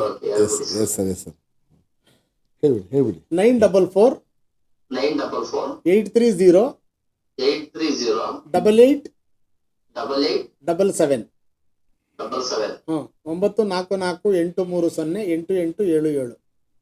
Thank you so much sir. ನಿಮ್ ಒಳ್ಳೆ ಕಾರ್ಯಕ್ರಮಗಳು ಅದ್ಭುತ ಇದೆ. ನಮ್ಗೆ ನೀವು ಒಂಥರ ಸಿಕ್ಕಿರೋದು ಕರ್ನಾಟಕ ಒಂಥರ ಗಾಡಿ ಗಿಫ್ಟ್ ಇರ್ಬೋದೇನೋ. ಥ್ಯಾಂಕ್ ಯು ಸರ್, ಧನ್ಯವಾದಗಳು ಸರ್. ಇಲ್ಲ ಸರ್, ಥ್ಯಾಂಕ್ ಯು ಒಳ್ಳೆದಾಗ್ಲಿ ಸರ್. ಧನ್ಯವಾದಗಳು. ಕಾರ್ಯಕ್ರಮ ನಡೆಸೋದು ಒಳ್ಳೆದಾಗ್ಲಿ ಸರ್. ಥ್ಯಾಂಕ್ ಯು ಕಾರ್ಯಕ್ರಮಗಳು ಮಾಡ್ತಾರೆ ಸರ್. ಧನ್ಯವಾದಗಳು ಸರ್. ನಮ್ಮ ಪೇಜ್ನ ಫಾಲೋ ಮಾಡಿ ಮತ್ತು ಖಂಡಿತ ಸರ್. ಎಲ್ರಿಗೂ ಶೇರ್ ಮಾಡಿ. ಯಾಕಂದ್ರೆ ಜೋಗಿಲ್ ಅವರ ಒಂದು ಅನುಭವನ ಪ್ರತಿಯೊಬ್ಬರು ನೋಡ್ಲಿ ಅಂತ ನಮ್ಮ ಆಸೆ. ಹೌದು ಸರ್, ಒಳ್ಳೆ ಕೆಲಸ ಮಾಡ್ತಾ ಇದ್ದೀರಾ. ಎಸ್ ಎಸ್ ಮಾಡಿ ಸರ್, ಒಳ್ಳೆದಾಗ್ಲಿ. ಧನ್ಯವಾದಗಳು ಸರ್. ಕರೆ ಮಾಡಿದ್ದು ಓಕೆ ಧನ್ಯವಾದ. ಸರ್. ಬನ್ನಿ. ಎಸ್ ಸರ್, ತಾವು ಹೇಳ್ತಿದ್ರಿ ಸರ್ ಅದೇ ಅದು ವೈಭವ ಅಂತ ನೀವೇನು ಪದ ಬಳಸಿದ್ರಿ, ನಿಜವಾಗ್ಲೂ ವೈಭವನೇ ನಿಜವಾಗ್ಲೂ. ಎಂತ ಇದು ಅಂದ್ರೆ ಸರ್, ನನಗೆ ಸಿಕ್ಕದಂತ ಇನ್ನೊಂದು ಸುವರ್ಣ ಅವಕಾಶ ಏನಂತಂದ್ರೆ 500ನೇ ವರ್ಷದ ಕೃಷ್ಣದೇವರಾಯನ 500ನೇ ವರ್ಷಾಚರಣೆ ಕಾರ್ಯಕ್ರಮ ಸಿಕ್ತು ಸರ್. ಆ ಸಂದರ್ಭಕ್ಕೆ ನಾನು ಸಂಚಾಲಕ ಹಂಪಿನಲ್ಲಿ ಸುಮಾರು 1.5 ಲಕ್ಷ ಪ್ರೇಕ್ಷಕರು, 1.5 ಲಕ್ಷ ಪ್ರೇಕ್ಷಕರು ಮೈಸೂರಲ್ಲ, ಹಂಪಿಯಲ್ಲಿ.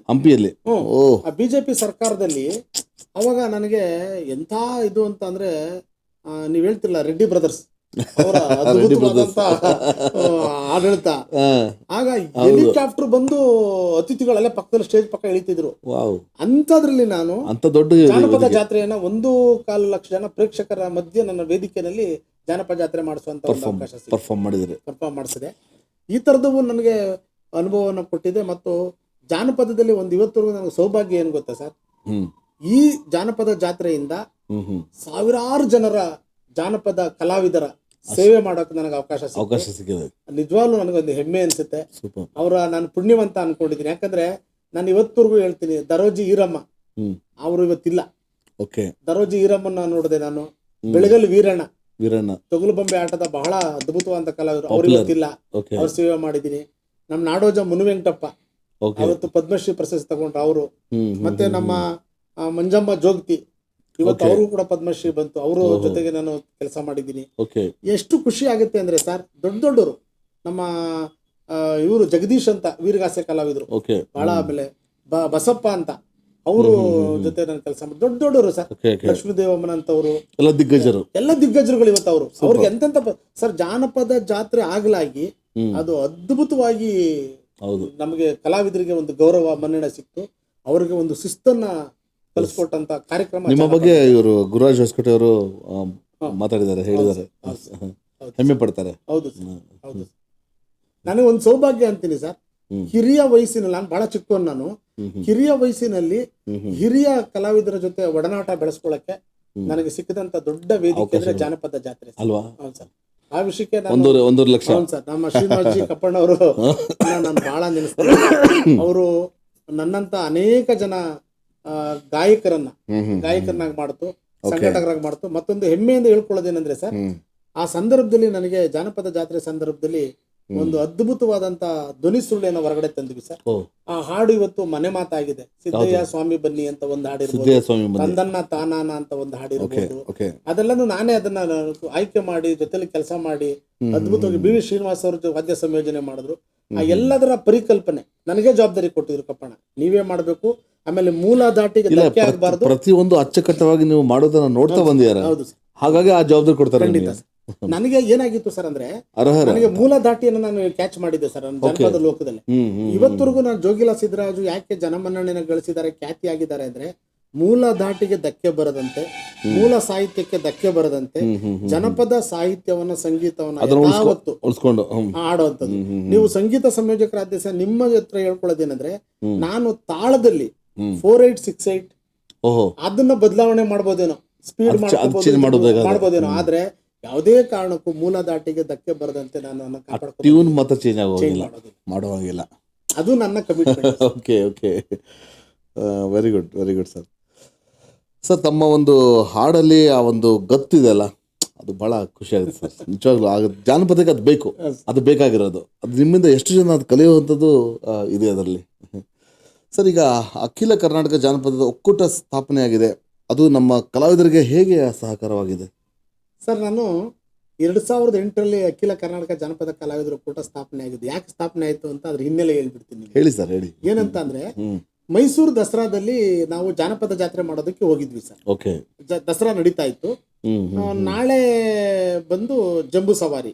ಓಕೆ. ಜಂಬೂ ಸವಾರಿ ಅಂತ ನೀವು ಕೇಳಿದಿರಿ. ಹೌದು. ಮೈಸೂರು ದಸರಾ ಯಾಕಪ್ಪ ವಿಶ್ವವಿಖ್ಯಾತ ಮೈಸೂರು ದಸರಾ ಅಂತ ಕರೀತಾರೆ ಅಂತ ಅಂದ್ರೆ ಅಲ್ಲಿ ನಡೀತಕ್ಕಂತ ಜಂಬೂ ಸವಾರಿ ಮತ್ತು ಅಂಬಾರಿ ಎರಡು ವಿಶ್ವವಿಖ್ಯಾತ. ಕಾರ್ಯಕ್ರಮಗಳು ಮಾಡ್ಕೊಂಡು ಜನ ಈವೆಂಟ್ ಮಾಡ್ತೀವಿ ಜೊತೆಗೆ. ಆದ್ರೆ ಮುಖ್ಯ ಆಕರ್ಷಣೆ ಕೇಂದ್ರ ಬಿಂದು ಯಾವುದು ಅಂದ್ರೆ ಅದೇ ಅಂಬಾರಿ ಮತ್ತು ಜಂಬೂ ಸವಾರಿ. ಸೊ ಈ ಜಂಬೂ ಸವಾರಿನಲ್ಲಿ ಕನಿಷ್ಠ ಅಂದ್ರೆ ಸರ್ ನಿಮಗೆ ಒಂದೂವರೆ ಸಾವಿರ ಜನ ಜನಪದ ಕಲಾವಿದರು ಭಾಗವಹಿಸ್ತಾರೆ. ಮೆರವಣಿಗೆಯಲ್ಲಿ ಎಲ್ಲಾ ತರದ ಪ್ರಕಾರಗಳು, ಡೊಳ್ಳು ಕುಣಿತ, ಕಂಸಾಳೆ, ವೀರಗಾಸೆ, ಪಟ ಕುಣಿತ, ಹಾಲಕ್ಕಿ ಸುಗ್ಗಿ ಕುಣಿತ, ಜಗ್ಗಲಿಗೆ, ವೀರಗಾಸೆ, ಈ ತರದ ಎಲ್ಲಾ ಪ್ರಕಾರಗಳು ಕುಣ್ಕೊಂಡು ಬರ್ತಾರೆ. ಯಕ್ಷಗಾನ ಕೂಡ ಇರುತ್ತೆ ಎಲ್ಲ. ಸುಮಾರು ನಾನು ಹೇಳಿದ್ನಲ್ಲ ಸರ್, 1,500 ಅಂದ್ರೆ 150 ಕಲಾ ಪ್ರಕಾರ ಇರುತ್ತೆ ಅಂತ ಅರ್ಥ. 150 ಕಲಾ ಪ್ರಕಾರ ಇರುತ್ತೆ. ಅದರಲ್ಲಿ ಧಾರವಾಡದಿಂದ ಒಬ್ಬ ಬಂದಂತ ಕಲಾವಿದ ನನ್ನನ್ನು ಬಂದು ಅಲ್ಲಿ ನಾವು ಟೀ ಕುಡಿದು ಬರ್ತಾ ಇದ್ವಿ. ಸರ್ ಇದು ಎಲ್ಲಿ ಹೋಗ್ಬೇಕು, ಧರ್ಮಶಾಲಾಗ ಹೋಗ್ಬೇಕು ಅಂತ ಒಂದು ಪತ್ರ ಇಟ್ಕೊಂಡು ಬಂದು, ಆ ಪತ್ರದಲ್ಲಿ ಏನಿತ್ತು ಅಂದ್ರೆ ಇಲ್ಲಿಗೆ ಬಂದು ಸೇರ್ಕೊಳ್ಳಿ ಅಂತ ಬರೆದು ಕೆಳಗಡೆ ನಿಮಗೆ ತಲಾ 100 ರೂಪಾಯಿ ಸಂಭಾವನೆಯನ್ನು ಪಾವತಿಸಲಾಗುವುದು ಅಂತ ಬರೆದಿದ್ರು. 100 ರೂಪಾಯಿ, 100 ರೂಪೀಸ್ ಧಾರವಾಡದಿಂದ ಬಂದಿದ್ದೆ. ನಾನು ಆತನ ಕೇಳಿದೆ, ಹೆಂಗಪ್ಪ ಬಂದೆ? ನಾನು ತಕ್ಷಣ ಒಂಥರ ಆಗ್ಬಿಡ್ತು ಸರ್, ನಿಜ ಹೇಳ್ತೀನಿ. 100 ರೂಪಾಯಿ ಏನು ಅಂದ್ಬಿಟ್ಟು ಕೇಳಿದಾಗ, ಸರ್ ಇದು ಧಾರವಾಡದಿಂದ ಬಂದಿದ್ದೀವಿ ಸರ್. ಹೆಂಗ್ ಬಂದ್ರಿ? ಒಂದು ವಾಹನ ಮಾಡ್ಕೊ ಬಂದಿ, ಜಗ್ಗಲಿಗೆ ತುಂಬಿದ್ದಾನೆ ಸರ್ ಗಾಡಿ ಮೇಲೆ. 20 ಜನ ಬಂದಿದ್ದಾರೆ, ಟೀಮ್ ಇದೆ. ಇವನೊಬ್ಬ ಕೆಳಗಡೆ ಇಳಿದ ಅಡ್ರೆಸ್ ಕೇಳಿದ್ರೆ ಅಡ್ರೆಸ್ ಹೇಳಿದೆ. ಹೇಳಿ ಏನ್ ಮಾಡಿದೆ ಅಂದ್ರೆ ಆ ಪತ್ರನ ಅವನ ಹತ್ರ ಈಸ್ಕೊಂಡು ಒಂದು ಜೆರಾಕ್ಸ್ ಮಾಡಿದೆ ಅಲ್ಲೇ. ಜೆರಾಕ್ಸ್ ಮಾಡಿಸ್ಕೊಂಡು ನಾನು ತಕ್ಷಣ ಮಾಡಿದ ಕೆಲಸ ಏನಂತ ಅಂದ್ರೆ ನೇರ ಪ್ರೆಸ್ ಕ್ಲಬ್ ಹೋದೆ. ಅಲ್ಲಿ ಪ್ರಚಾರ ಪ್ರೆಸ್ ಕ್ಲಬ್ ಹೋಗಿ ಮೀಡಿಯಾದಲ್ಲಿ ಪ್ರೆಸ್ ಮೀಟ್ ಮಾಡಿದೆ. ಆಗ ಅಲ್ಲಿ ನಮ್ಮ ಸಮುದಾಯದ ಅದೇ ಅವರಲ್ಲಿ ಅರ್ಧ ಗಂಟೆದಲ್ಲಿ ಪ್ರೆಸ್ ಮೀಟ್ ಮಾಡಿದೆ. ಅವಾಗ ನಮ್ಮ ಐಶಿ ರಾಮಚಂದ್ರಗೌಡರು ಮತ್ತು ಮುದ್ದಣ್ಣ ಅಂತ ನಮ್ಮ ರಂಗಭೂಮಿ ರಂಗಕರ್ಮಿದ್ರು, ಅವರಿಬ್ರು ಅಲ್ಲಿಗೆ ಬಂದ್ರು. ವಿಷಯ ಮುಟ್ಟಿಸಿ ಏನಂತ ಮಾಡಿದೆ ಅಂದ್ರೆ, ಇದು ಅನ್ಯಾಯ, 100 ರೂಪಾಯಿಗೆ ಏನ್ ಬರುತ್ತೆ ಅಲ್ವಾ, 2,000 ರೂಪಾಯಿ ಕೊಡ್ತಾರೆ ಅಂತ ಅಷ್ಟು ದೂರಿಂದ ವಾಹನ ಮಾಡ್ಕೊಂಡು ಡೀಸೆಲ್ ಖರ್ಚೇನು, ಅವನು ದಾರಿ ಖರ್ಚೇನು, ಊಟ ತಿಂಡಿ ಖರ್ಚೇನು, ಈ ತರ ಬೈದಾರೆ, ಇದು ಅನ್ಯಾಯ ಅಂತ ಹೇಳಿ 100 ರೂಪೀಸ್ ನಥಿಂಗ್ ಏನಲ್ಲ. ಅದೇ ವರ್ಷ ಹೇಮಮಾಲಿನಿ ಡ್ಯಾನ್ಸ್ ಕರ್ಸಿರು ಯುವ ದಸರಾಗೆ. ಅದಕ್ಕೆ ಹೇಮಮಾಲಿನಿ 90 ಲಕ್ಷ ರೂಪಾಯಿ ಕೊಟ್ಟಿದ್ರು ನೋಡಿ. ಈ ತಾರತಮ್ಯ ಏನಿದು ಅಂದ್ಬಿಟ್ಟು ಹೇಳಿ ನಾನು ಪೇಪರ್ ಎಲ್ಲ ಬೈದು 90 ಲಕ್ಷ ಅಂತ ಅದನ್ನ ಇಟ್ಕೊಂಡು ಪ್ರೆಸ್ ಮೀಟ್ ಮಾಡಿದೆ.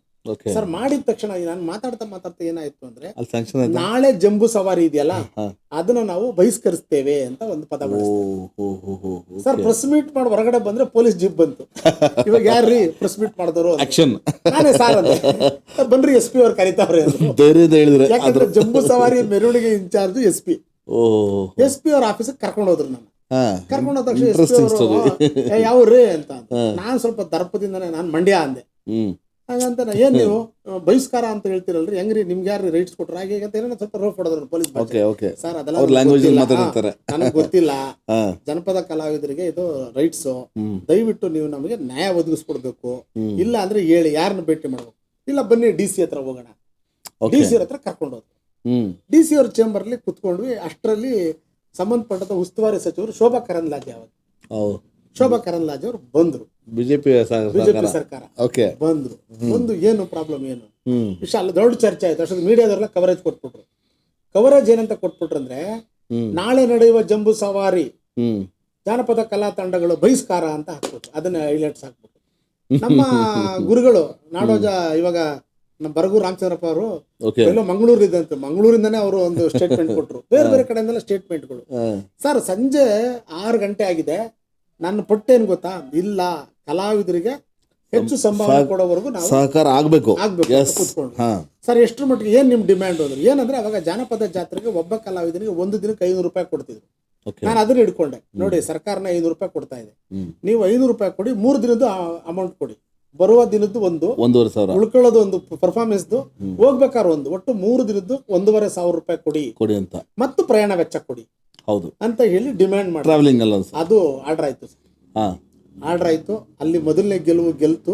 ಗೆದ್ದಾದ್ಮೇಲೆ ನಾವು ಹೊರಗಡೆ ಬಂದು ನಾನೆಲ್ಲ ನಮ್ಮ ಪಟ್ಟಣವ್ರ ಹತ್ರ, ನಮ್ಮ ಶಶಿಧರ್ ಬಾರಿಗೌಡ್ರ ಹತ್ರ ಹೇಳಿದಾಗ ಅವರು ಸಲಹೆ ಕೊಟ್ಟರು, ನೀನು ಇನ್ನು ಮುಂದೆ ಒಬ್ಬನೇ ಹೋರಾಟ ಮಾಡಬೇಡ, ನಿಮ್ಮ ತಂಡವನ್ನ ಕಟ್ಕೊಳ್ಳಿ, ಜನಪದ ಟೀಮ್ ಜೊತೆ ಕಲಾವಿದರು ಅಂತೇಳಿ. ಆಗ ಸ್ಥಾಪನೆ ಆದಂತ ನಮ್ಮ ಅಖಿಲ ಕರ್ನಾಟಕ ಜಾನಪದ ಕಲಾವಿದರ ಒಕ್ಕೂಟ ಹಂಪಿನಲ್ಲಿ ಅದೇ ತರ ತಾರತಮ್ಯ. ಆದರೂ ಒಂದು ಅಪ್ರಿಶಿಯೇಟ್ ಮಾಡೋದು, ತಾವು ಒಬ್ಬರೇ ಹೋಗಿ ಪ್ರೆಸ್ ಮೀಟ್ ನ ತಾವು ರೆಡಿ, ಅಲ್ಲಿಂದ ನಿಜವಾಗ್ಲೂ ಅದು ಮೀಟರ್ ಬೇಕು ಸರ್. ಸರ್ ನಾನು ಇವತ್ತು ಹೇಳ್ತೀನಿ, ಜನಪದ ಕಲಾವಿದರಿಗೆ ಎಲ್ಲೇ ಇಲ್ಲ, ಅದು ಏನಂದ್ರೆ ಅಲ್ಲ, ಅದು ಒಂದು ಕಳ್ಕಳಿ ನಿಮ್ಮಲ್ಲಿ ಇದೆ, ಖಂಡಿತ ತುಂಬಾ ಇದೆ.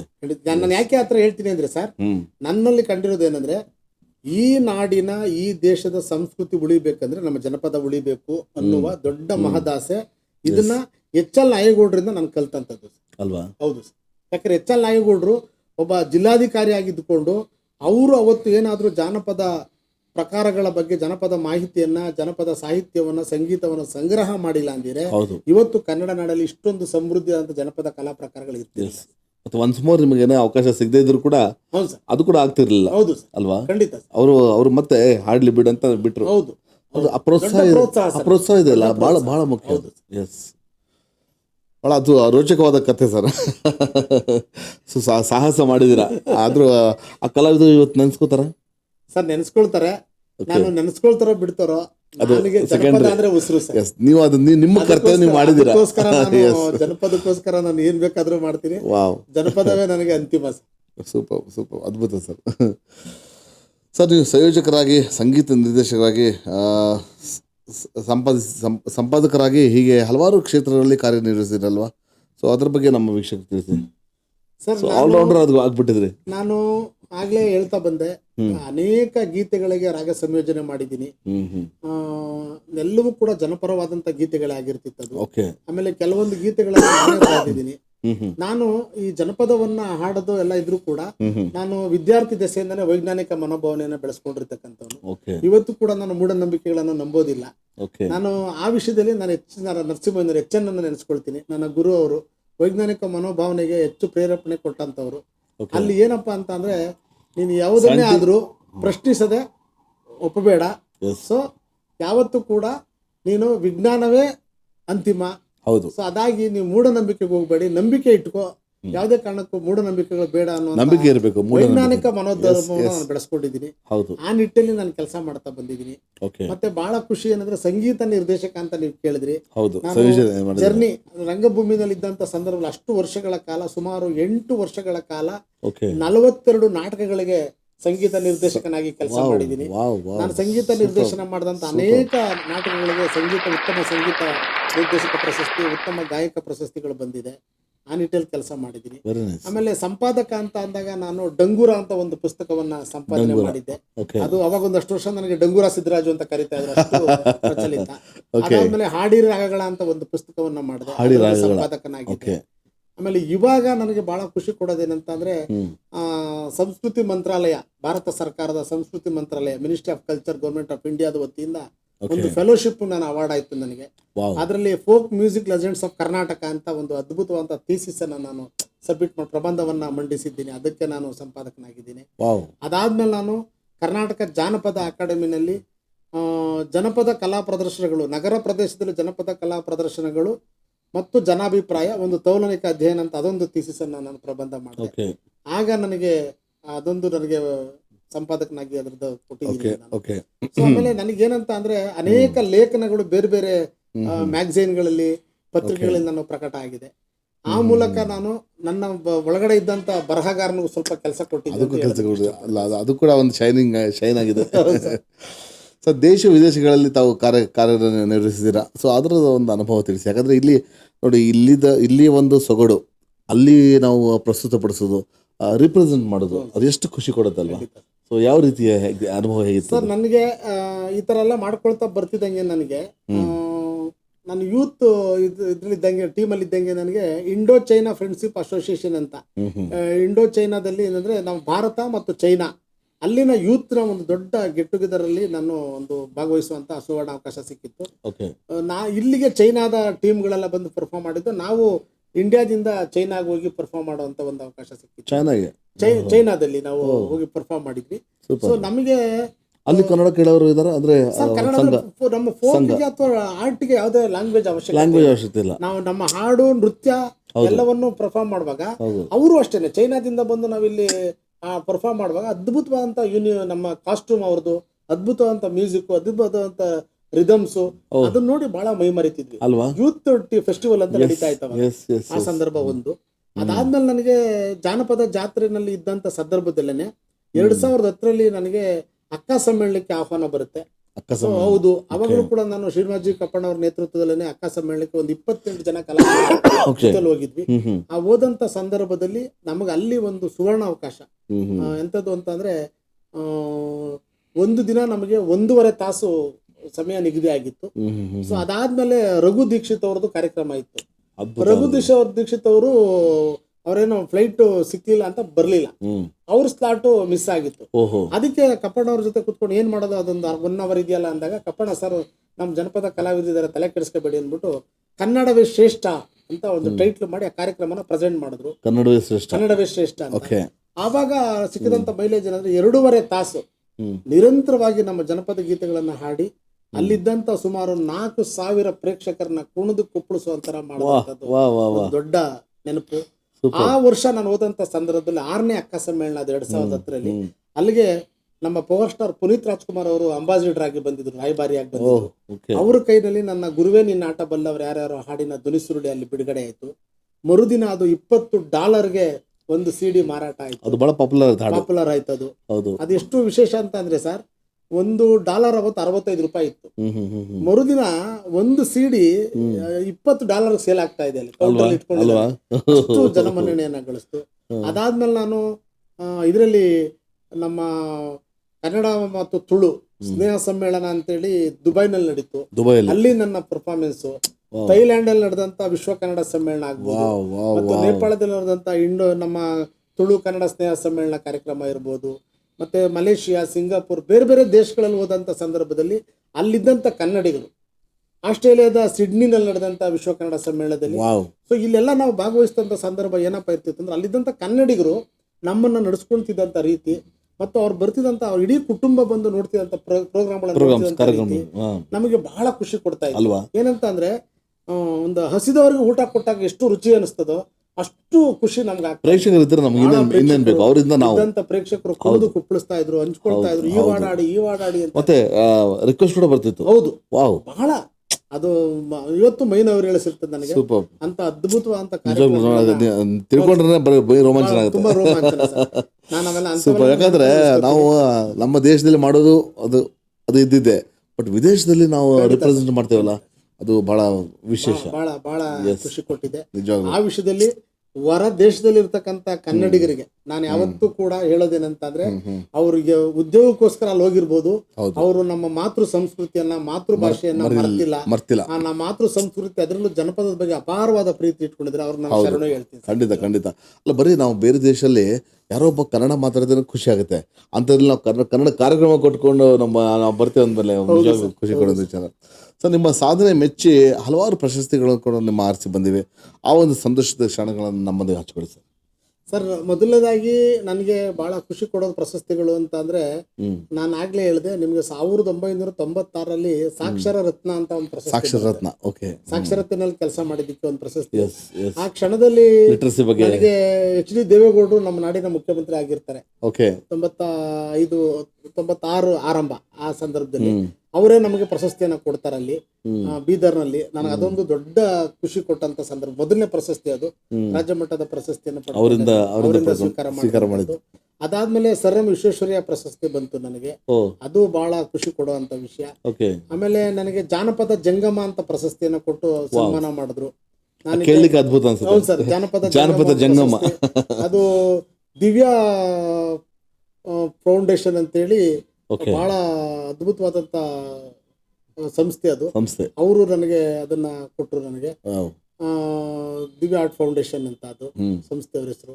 ಆಮೇಲೆ ಅದಾದ್ಮೇಲೆ ನನಗೆ ಸರ್ ಬಹಳ ಖುಷಿ, ಇನ್ನೊಂದು ವಿಶೇಷ ಏನಂತ ಅಂದ್ರೆ, ಆರ್ಟ್ ಆಫ್ ಲಿವಿಂಗ್ ರವಿಶಂಕರ್ ಗುರುಜಿಯವರ ಆಶ್ರಮದಿಂದ ಅಂತಾರಾಷ್ಟ್ರೀಯ ಮಟ್ಟದ ಶ್ರೀ ಪ್ರಶಸ್ತಿ ಅಂತ ಕೊಟ್ಟರು ಸರ್. ಆ ಪ್ರಶಸ್ತಿ ಬಂದು 50,000 ನಗದು ಮತ್ತು ಬೆಳ್ಳಿ ಪಾರಿತೋಷಕವನ್ನು ಇರ್ತಕ್ಕಂಥ ಪ್ರಶಸ್ತಿಯನ್ನು ಸನ್ಮಾನ ಮಾಡಿದ್ರು.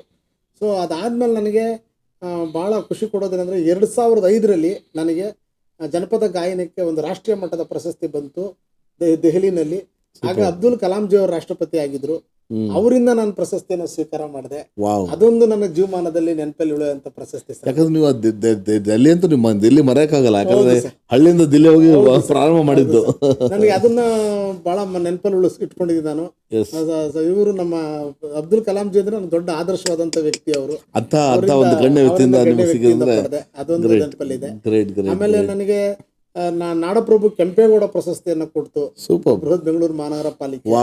ಆ ಸಂದರ್ಭವನ್ನು ಮರೆಯಕ್ಕಾಗಲ್ಲ. ಆ ನಾಡಪ್ರಭು ಕೆಂಪೇಗೌಡ ಪ್ರಶಸ್ತಿ ಕೊಟ್ಟಾಗ ಇವತ್ತಿನ ನಮ್ಮ ಶಾಸಕರು, ಮಾಜಿ ಮಂತ್ರಿಗಳು, ನಮ್ಮ ಕೆ ಗೋಪಾಲಯ್ಯನವರ ಶ್ರೀಮತಿಯವರು ಹೇಮಲತಾ ಗೋಪಾಲಯ್ಯನವರು ನಮ್ಮ ಉಪಮೇಯರ್ ಆಗಿದ್ರು. ಅವರು ಪ್ರಶಸ್ತಿಗೆ ಆಯ್ಕೆ ಆಗಿದ್ದೀರ ಅಂತ ಪತ್ರ ತಕೊಂಡು ನಮ್ಮ ಮನೆಗೆ ಬಂದು ಕರೆದು ನನ್ನನ್ನ ಸನ್ಮಾನಕ್ಕೆ ನೀವು ಬಂದು ಸ್ವೀಕಾರ ಮಾಡಬೇಕು ಅಂತ ಕರೆದಂತ ತಕ್ಷಣ ಮರೆಯಕ್ಕಾಗಲ್ಲ. ಆ ತರದ್ದು ನನಗೆ ಪ್ರಶಸ್ತಿಗಳು ಬಂದಂತ ಒಂದು ಸಂದರ್ಭ. ಆಮೇಲೆ ನನಗೆ ಕರ್ನಾಟಕ ಸಾಹಿತ್ಯ ಅಕಾಡೆಮಿಯಲ್ಲಿ ದತ್ತಿ ಪ್ರಶಸ್ತಿ ನನಗೆ ಎಸ್.ಎಂ. ಕೃಷ್ಣ ಅವರ ತಂದೆಯವರ ಹೆಸರಲ್ಲಿ ಇಟ್ಟಿರ್ತಕ್ಕಂಥ ಪ್ರಶಸ್ತಿಯನ್ನು ನನಗೆ ಕೊಟ್ಟರು. ಅದು ಅವ್ರ ತಂದೆ ತಾಯಿ ಹೆಸರಲ್ಲಿ ದತ್ತಿ ಇದೆ ಸರ್, ಅದನ್ನ ನನಗೆ ಕೊಟ್ಟರು. ಅದು ನನಗೆ ಮರೆಯಕ್ಕಾಗಿರೋ ತಕ್ಷಣ ಇವೆಲ್ಲ ಒಂದೊಂದು ಬಹಳ ಹಲವಾರು ಪ್ರಶಸ್ತಿಗಳು ನನಗೆ.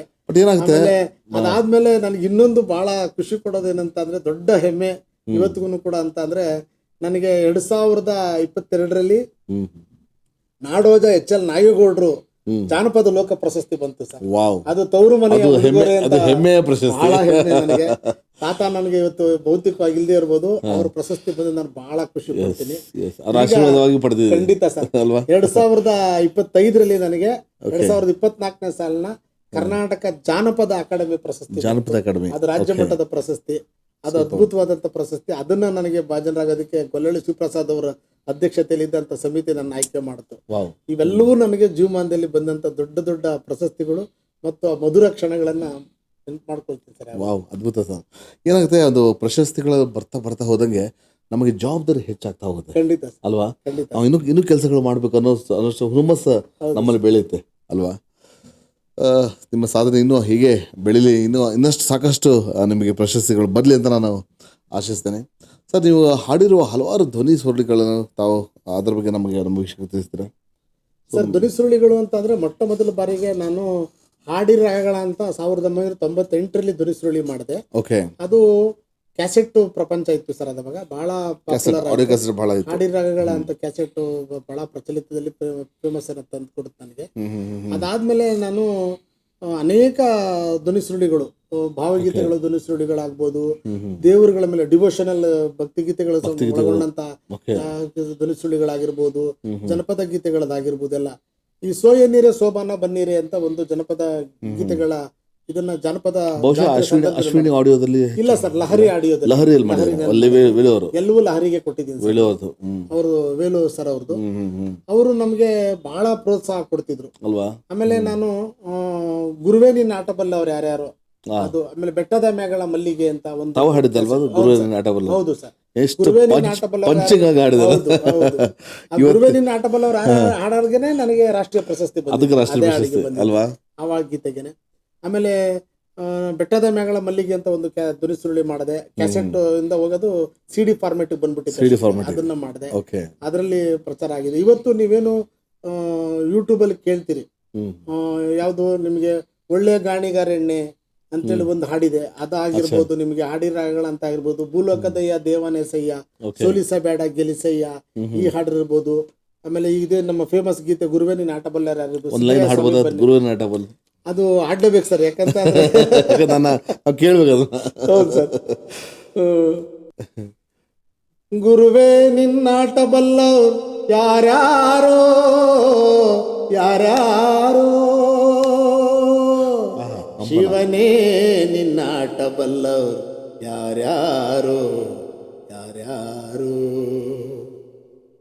ಗುರುವೇ ನಿನ್ನಾಟ ಬಲ್ಲವ್ರು ಯಾರ್ಯಾರೋ, ಶಿವನೇ ನಿನ್ನಾಟ ಬಲ್ಲವ್ರು ಯಾರ್ಯಾರೋ, ಹರನೇ ನಿನ್ನಾಟ ಬಲ್ಲವ್ರು ಯಾರ್ಯಾರೋ, ಗುರುವೇ ನಿನ್ನಾಟ ಬಲ್ಲವ್ರು ಯಾರ್ಯಾರೋ.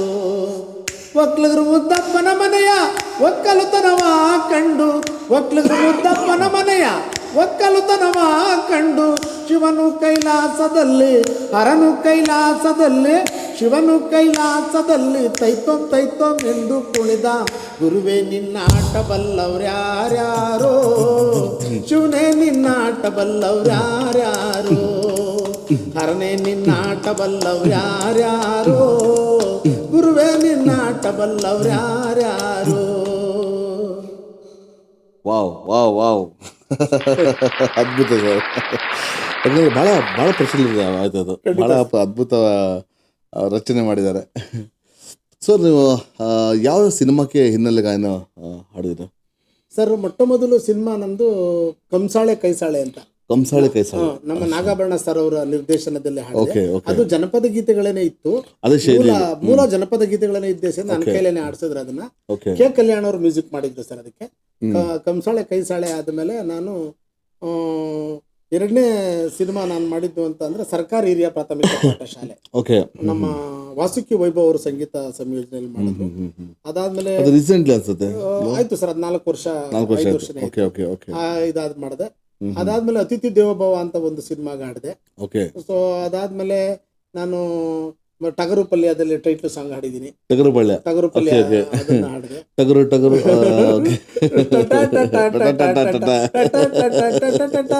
ಅದನ್ನ ಹಾಡಿದ್ದೀನಿ. ಓಕೆ. ಸೊ ಅದಲ್ದೇನೆ ನಾನು ಈಗ ಇತ್ತೀಚೆಗೆ ಕಪಟ ನಾಟಕ ಸೂತ್ರಧಾರ ಟೈಟ್ಲ್ ಸಾಂಗ್ ಹಾಡಿದ್ದೀನಿ. ಓಕೆ. ಇತ್ತೀಚೆಗೆ ಈಗ ಇನ್ನೊಂದು ಮತ್ತೊಂದು ಮ್ಯಾಕ್ಸಿಮಮ್ ಟೈಟಲ್ ಸಾಂಗ್ ಕೊಡ್ತೀರಾ ನಿಮಗೆ.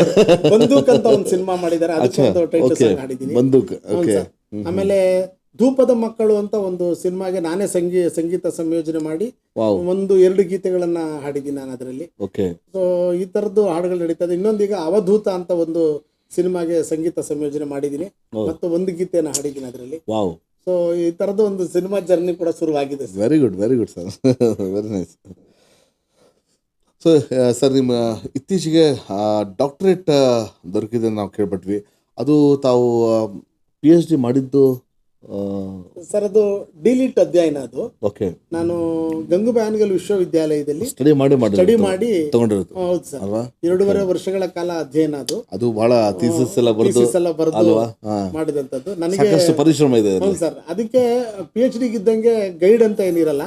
ಆದ್ರೆ ನನಗೆ ಹೊರಭಾಗದಲ್ಲಿ ಅಂದ್ರೆ ಔಟ್ ಸೈಡ್ ಅಲ್ಲಿ ಇತ್ಕೊಂಡು ಗೈಡ್ ಮಾಡಿದಂತವ್ರು ನನ್ನ ಗುರುಗಳಾದಂತ ರಾಜಪ್ಪ ದಳವಾಯಿ, ಡಾಕ್ಟರ್ ರಾಜಪ್ಪ ದಳವಾಯಿ ಅವರು ಸಂಪೂರ್ಣ ನನಗೆ ಮಾರ್ಗದರ್ಶನವನ್ನು ಮಾಡಿದ್ರು. ನನ್ನ ಡಾಕ್ಟರೇಟ್ ಅನ್ನು ತಗೊಂಡಿದ್ದೀನಿ ಅಂತ ಅಂದ್ರೆ ಅದಕ್ಕೆ ಮುಖ್ಯ ಕಾರಣ ರಾಜಪ್ಪ ದಳವಾಯಿ ಸರ್ ಅವರು ಅಲ್ವಾ. ಅದಲ್ದೇನೆ ನನಗೆ ಸುಮಾರು ಜನ ವಿದ್ವಾಂಸರುಗಳು, ನನಗೆ ಡಾಕ್ಟರ್ ಕಾಯಂ ಶ್ರೀನಿವಾಸ ಮೂರ್ತಿ ಅವರು ನನಗೆ ಸಹಕಾರವನ್ನ ಮಾರ್ಗದರ್ಶನ ಕೊಟ್ಟಿದ್ದಾರೆ. ಡಾಕ್ಟರ್ ಚಕ್ಕೆರೆ ಶಿವಶಂಕರ್ ಅವರು ನನಗೆ ಮಾರ್ಗದರ್ಶನ ಇಲ್ಲದೆ ನಾವು ಮಾಡಕ್ಕಾಗಲ್ಲ. ಹೌದು ಸರ್, ಗುರು ಇಲ್ಲದೆ ನಾವು ಮಾಡಕ್ಕಾಗಲ್ಲ. ಆಮೇಲೆ ನಮ್ಗೆ NL ನಾರಾಯಣ ಸ್ವಾಮಿ ಅಂತ ನನ್ನ ಪರಮಾಪ್ತ ಸ್ನೇಹಿತ, ಅವನು ಅನೇಕ ಗೈಡ್ಗಳನ್ನ ಮಾಡಿ ಪುಸ್ತಕಗಳನ್ನ ಕೊಟ್ಟು ನನಗೆ ಸಹಕಾರವನ್ನ ಮಾಡಿದ್ದಾನೆ. ಆಮೇಲೆ ನನಗೆ ಇಡೀ ಡಾಕ್ಟರೇಟ್ ಅನ್ನು ತಗೊಳಕ್ಕೆ ತಿದ್ದಿ ತೀಡಿ ನನಗೆಲ್ಲ ಕರೆಕ್ಷನ್ ಅನ್ನು ಹಾಕೊಟ್ಟಂತವ್ರು ಅವಿರತ್ ಹರೀಶ್ ಅವರು, ನಮ್ಮ ಸಂಗೀತ ನಿರ್ದೇಶಕರ ಅಂತ ಗಂಧರ್ವ ಅವರು, ಇವರೆಲ್ಲರೂ ಸಹಕಾರದಿಂದ ನಾನು ಗಂಗೂಬಾಯಿ ಹಾನಗಲ್ ವಿಶ್ವವಿದ್ಯಾಲಯದಿಂದ 2025 ಜನವರಿ 4ನೇ ತಾರೀಕು ಡಾಕ್ಟರೇಟ್ ಅವಾರ್ಡ್ ಅನ್ನ ತಗೊಂಡಿದ್ದೀನಿ ಸರ್. ಅದೊಂದು ದೊಡ್ಡ ಅಧ್ಯಯನದ ಪ್ರಕ್ರಿಯೆ. ಅದು ದೊಡ್ಡ ಸಾಧನೆ ಸರ್. ಒಂದು 103 ಪುಸ್ತಕಗಳನ್ನ ನಾನು ಅಧ್ಯಯನ ಮಾಡಕ್ ಸಾಧ್ಯ ಆಗಿದೆ. ಆ ಪುಸ್ತಕಗಳ ಅಧ್ಯಯನ ಮಾಡುವಂತ ಸಂದರ್ಭದಲ್ಲಿ ನನಗೆ ಒಂದ್ ರೀತಿ ಬಾಹ್ಯವಾಗಿ ಪ್ರೊಫೆಸರ್ ಬೋರ್ಲಿಂಗಯ್ಯನವರು, ನಮ್ಮ ಕನ್ನಡ ವಿಶ್ವವಿದ್ಯಾಲಯದ ಮಾಜಿ ಕುಲಪತಿಗಳು, ಅವರು ಒಂದಷ್ಟು ಗೈಡ್ ಮಾಡಿ, ಈಗ ಸುಮಾರು ಜನ ನನಗೆ ಈ ತರ ಅಧ್ಯಯನ ಮಾಡಿ ಹಿಂಗಿನ ಇಟ್ಕೊಳ್ಳಿ, ಟಿಪ್ಪಣಿ ಬರ್ಕೊಳ್ಳಿ, ಯಾಕಂತಂದ್ರೆ ನಾನು ಸಾಹಿತ್ಯದ ವಿದ್ಯಾರ್ಥಿ ಅಲ್ಲ. ಸೊ ಹಂಗಾಗಿ ನನಗೆ ತುಂಬಾ ಗೈಡೆನ್ಸ್ ಕೊಟ್ರು. ಹಾಗಾಗಿ ಅದೊಂದು ನನಗೆ ಡಾಕ್ಟರೇಟ್ ಬಂದಿರೋದಕ್ಕೆ ಇವರೆಲ್ಲರ ಮಾರ್ಗದರ್ಶನ ಪ್ರೋತ್ಸಾಹ. ಎಲ್ಲರಿಗೂ ನಾನು ಧನ್ಯವಾದಗಳು ಹೇಳಕ್ಕೆ ಇಷ್ಟಪಡ್ತೀನಿ, ಮತ್ತೆ ಅಭಿನಂದನೆ ಹೇಳಕ್ಕೆ ಇಷ್ಟಪಡ್ತೀನಿ. ಯಾಕಂದ್ರೆ ಎಲ್ಲರೂ ಒಂದು ಕೈವಾಡಿದ್ರನ್ನೇ ಅದು ಒಂದು ಸಾಧನೆಗೆ ಒಂದು ಸಾರ್ಥಕತೆ ಅಂತ ಹೇಳ್ಬೋದು. ಎಸ್, ಒಂದು ಕರೆ ಬರ್ತಿದೆ, ಮಾತಾಡೋಣ. ನಮಸ್ಕಾರ. ಯಾರು ಮಾತಾಡ್ದು? ನಮಸ್ಕಾರ ಗೀತಾ ಅವರೇ, ಹೇಗಿದ್ದೀರಾ? ಎಸ್, ನಮ್ಮೊಂದಿಗೆ ಇವತ್ತು ದ ಶೈನಿಂಗ್ ಸ್ಟಾರ್ ಅಂತ ಹೇಳ್ಬೋದು, shining star of folk world. Yes, ಜಾನಪದ ಲೋಕದಲ್ಲಿ ಮಿನುಗುವ ತಾರೆ ಅಂತ ಹೇಳ್ಬೋದು. ಜೋಗಿಲ ಸರ್ ಜೊತೆ ಮಾತಾಡಿ ಅಮ್ಮ. ನಮಸ್ತೆ ಸರ್. ನಮಸ್ತೆ ಮೇಡಮ್. ನಮಸ್ತೆ. ಸೊ ನೀವು ಇದ್ರಲ್ಲಿ ನೋಡ್ಬಿಟ್ಟು ತುಂಬಾ ಖುಷಿ ಆಯ್ತು ಸರ್. ನೀವು ಸಾಧನ ಒಂದು ಸೀಟಲ್ಲಿ ಕೂತಿದ್ದೀರಾ ಇವತ್ತು. ಧನ್ಯವಾದಗಳು ಮೇಡಮ್. ನಿಮ್ಮ ಗೆಲುವಿನ ಪಯಣ ಇನ್ನೂ ಹೀಗೆ ಹೋಗ್ತಾ ಇರ್ಲಿ. ಮೇಡಮ್. ಅದಾರಿ ನೀಡಿರ ಇನ್ನೂ ಗೆಲುವುಗಳು ನಿಮ್ಗೆ ಸಿಗ್ಲಿ. ಇದುವರೆಗೆ ಮಾಡಿರೋ ಸಾಧನೆಗಳನ್ನು ಕೇಳ್ತಾ ಇದ್ರೆ ಖುಷಿ ಅನ್ಸುತ್ತೆ. ತುಂಬಾ ಧನ್ಯವಾದಗಳು ಮೇಡಮ್. ಜಾನಪದ ಅಂದ್ರೇನೆ ಒಂಥರ ಕಲರ್ಫುಲ್. ಹೌದು ಮೇಡಮ್. ಹ್ಮ್ ಇದೆಲ್ಲವೂ ಒಂದು ಲೋಕದಲ್ಲಿ ಇದೆಲ್ಲವೂ ಕೂಡ ಜನಪದದಿಂದನೇ ಸಿಕ್ಕಿರೋದು ಮೇಡಮ್. ನೀವೇನು ನನಗೆ ಗೌರವ ಕೊಡ್ತಾ ಇದ್ದೀರಿ, ಎಸ್, ಇದೆಲ್ಲ ಕ್ರೆಡಿಟ್ ಜನಪದಕ್ಕೆ ಹೋಗ್ಬೇಕು ಮೇಡಮ್. ಡೆಫಿನೆಟ್ಲಿ. ಹಾ ಸರ್, ಆದ್ರೆ ಅದನ್ನ ಮುಂದುವರಿಸ್ಕೊಂಡು ಹೋಗ್ಬೇಕು ಸರ್ ಮುಂದಿನ ಪೀಳಿಗೆಗಳು. ಖಂಡಿತ ಮೇಡಮ್. ಅವ್ರಿಗೆ ಅದನ್ನ ಆದರ್ಶವಾಗಿ, ಯಾಕಂದ್ರೆ ಅವ್ರಿಗೆ ಗೊತ್ತೇ ಇಲ್ಲ ಈಗ. ಏನೋ ತುಂಬಾ ಮಕ್ಕಳಿಗೆ ಏನಂದ್ರೆ ಏನೋ ಒಂದ್ ಮೊಬೈಲ್ ನೋಡ್ಬಿಡ್ತಾರೆ, ಏನೋ ಒಂದು ಅಷ್ಟೇ ಆಗ್ಬಿಟ್ಟಿದೆ. ಈ ಜನಪದ ಅಂದ್ರೆ ಏನು, ಹಬ್ಬಗಳು, ಊರ ಹಬ್ಬ, ಇವೆಲ್ಲ ಅವ್ರಗಳಿಗೆ ಗೊತ್ತಾಗ್ತಿಲ್ಲ. ಎಜುಕೇಶನ್ ಅನ್ನ ಒಂದೇ ಒಂದು ಕುದುರೆಗೆ ಪಟ್ಟಿ ಕಟ್ಟಂಗೆ ಆತರ ಅದೇ ಇದ್ರಲ್ಲಿ ಬೆಳೆಸ್ತಾ ಇದಾರೆ ಮಕ್ಕಳನ್ನ. ಅದು ಸ್ವಲ್ಪ ಚೇಂಜ್ ಆಗ್ಬೇಕು ಅಲ್ವಾ ಸರ್? ನೀವೇನ್ ಹೇಳ್ತೀರ ಅದಕ್ಕೆ? ಖಂಡಿತ ಮೇಡಮ್, ಖಂಡಿತ ಮೇಡಮ್. ಅವ್ರ ಯುವ ಜನತೆಗೆ ಇವತ್ತಿನ ಈ ಕಡೆಗೆ ಅವ್ರು ತಿರುಗಿ ನೋಡ್ಬೇಕಾಗಿದೆ. ನಮ್ಮ ಜನಪದದಲ್ಲಿ ಯಾವುದೇ ರಾಕು ಪಾಪು ಇಲ್ದಿರ್ತಕ್ಕಂಥ ಶಕ್ತಿ ನಮ್ಮ ಜನಪದದಲ್ಲೇ ಇದೆ. ಹೌದು, ಜನಪದ ಒಂದ್ ಸ್ವಲ್ಪ ರೂಢಿಸ್ಕೊಂಡ್ರೆ ಖಂಡಿತವಾಗ್ಲೂ ಆ ಕಡೆ ಬರ್ತಾರೆ. ನಮ್ಮ ಇತ್ತೀಚೆಗೆ ಎಲ್ಲಾ ಶಾಲಾ ಕಾಲೇಜುಗಳಲ್ಲಿ ಯುವ ಜನತೆ ಜನಪದದ ಕಡೆ ತಿರುಗಿ ನೋಡ್ತಾ ಇದೆ ಮೇಡಮ್. ಆಮೇಲೆ ಅಲ್ಲಿರ್ತಕ್ಕಂಥ ಬೋಧಕ ವರ್ಗ, ಯಾರು ಪ್ರಾಂಶುಪಾಲರು, ಲೆಕ್ಚರರ್ಸ್ ಎಲ್ಲ ಮಕ್ಕಳನ್ನ ಸಿದ್ಧಗೊಳಿಸ್ತಾ ಇದ್ದಾರೆ. ಯಾಕೆ ಇತ್ತೀಚೆಗೆ ನಾನು ಸುಮಾರು ಕಾಲೇಜುಗಳಿಗೆ ಅತಿಥಿ ಹೋದಾಗ ನೋಡಿದ್ದೀನಿ ನಾನು. ಸೊ ಅದು ಕಂಡು ಬರ್ತಾ ಇದೆ. ಅದು ಒಳ್ಳೆ ಬೆಳವಣಿಗೆ ಅಂತ ನಾನಾದ್ರೂ ಭಾವಿಸಿದ್ದೀನಿ ಮೇಡಮ್. ಹೌದು ಸರ್, ಥ್ಯಾಂಕ್ ಯು ಸರ್. ಧನ್ಯವಾದಗಳು. ಹೆಚ್ಚಿನ ಸಾಧನೆ ಮಾಡಿ ನಿಮ್ಮನ್ನೆಲ್ಲರೂ ಗುರುತಿಸ್ಲಿ. ಇನ್ನೂ ಧನ್ಯವಾದಗಳು. ತುಂಬಾ ಪ್ರಶಸ್ತಿಗಳನ್ನು ಪಡೆದಿದ್ದೀರಾ, ಅದ್ರ ಜೊತೆಗೆ ಇನ್ನೂ ಗುರುತಿಸ್ತಾ ಇರಲಿ ಅಂತ ಹೇಳಿ. ಖಂಡಿತ ಖಂಡಿತ. Thank you so much. Thank you. ಕರೆ ಮಾಡಿದ್ದಕ್ಕೆ ಧನ್ಯವಾದಗಳು ಗೀತಾ ಅವರೇ. Thank you so much. Yes,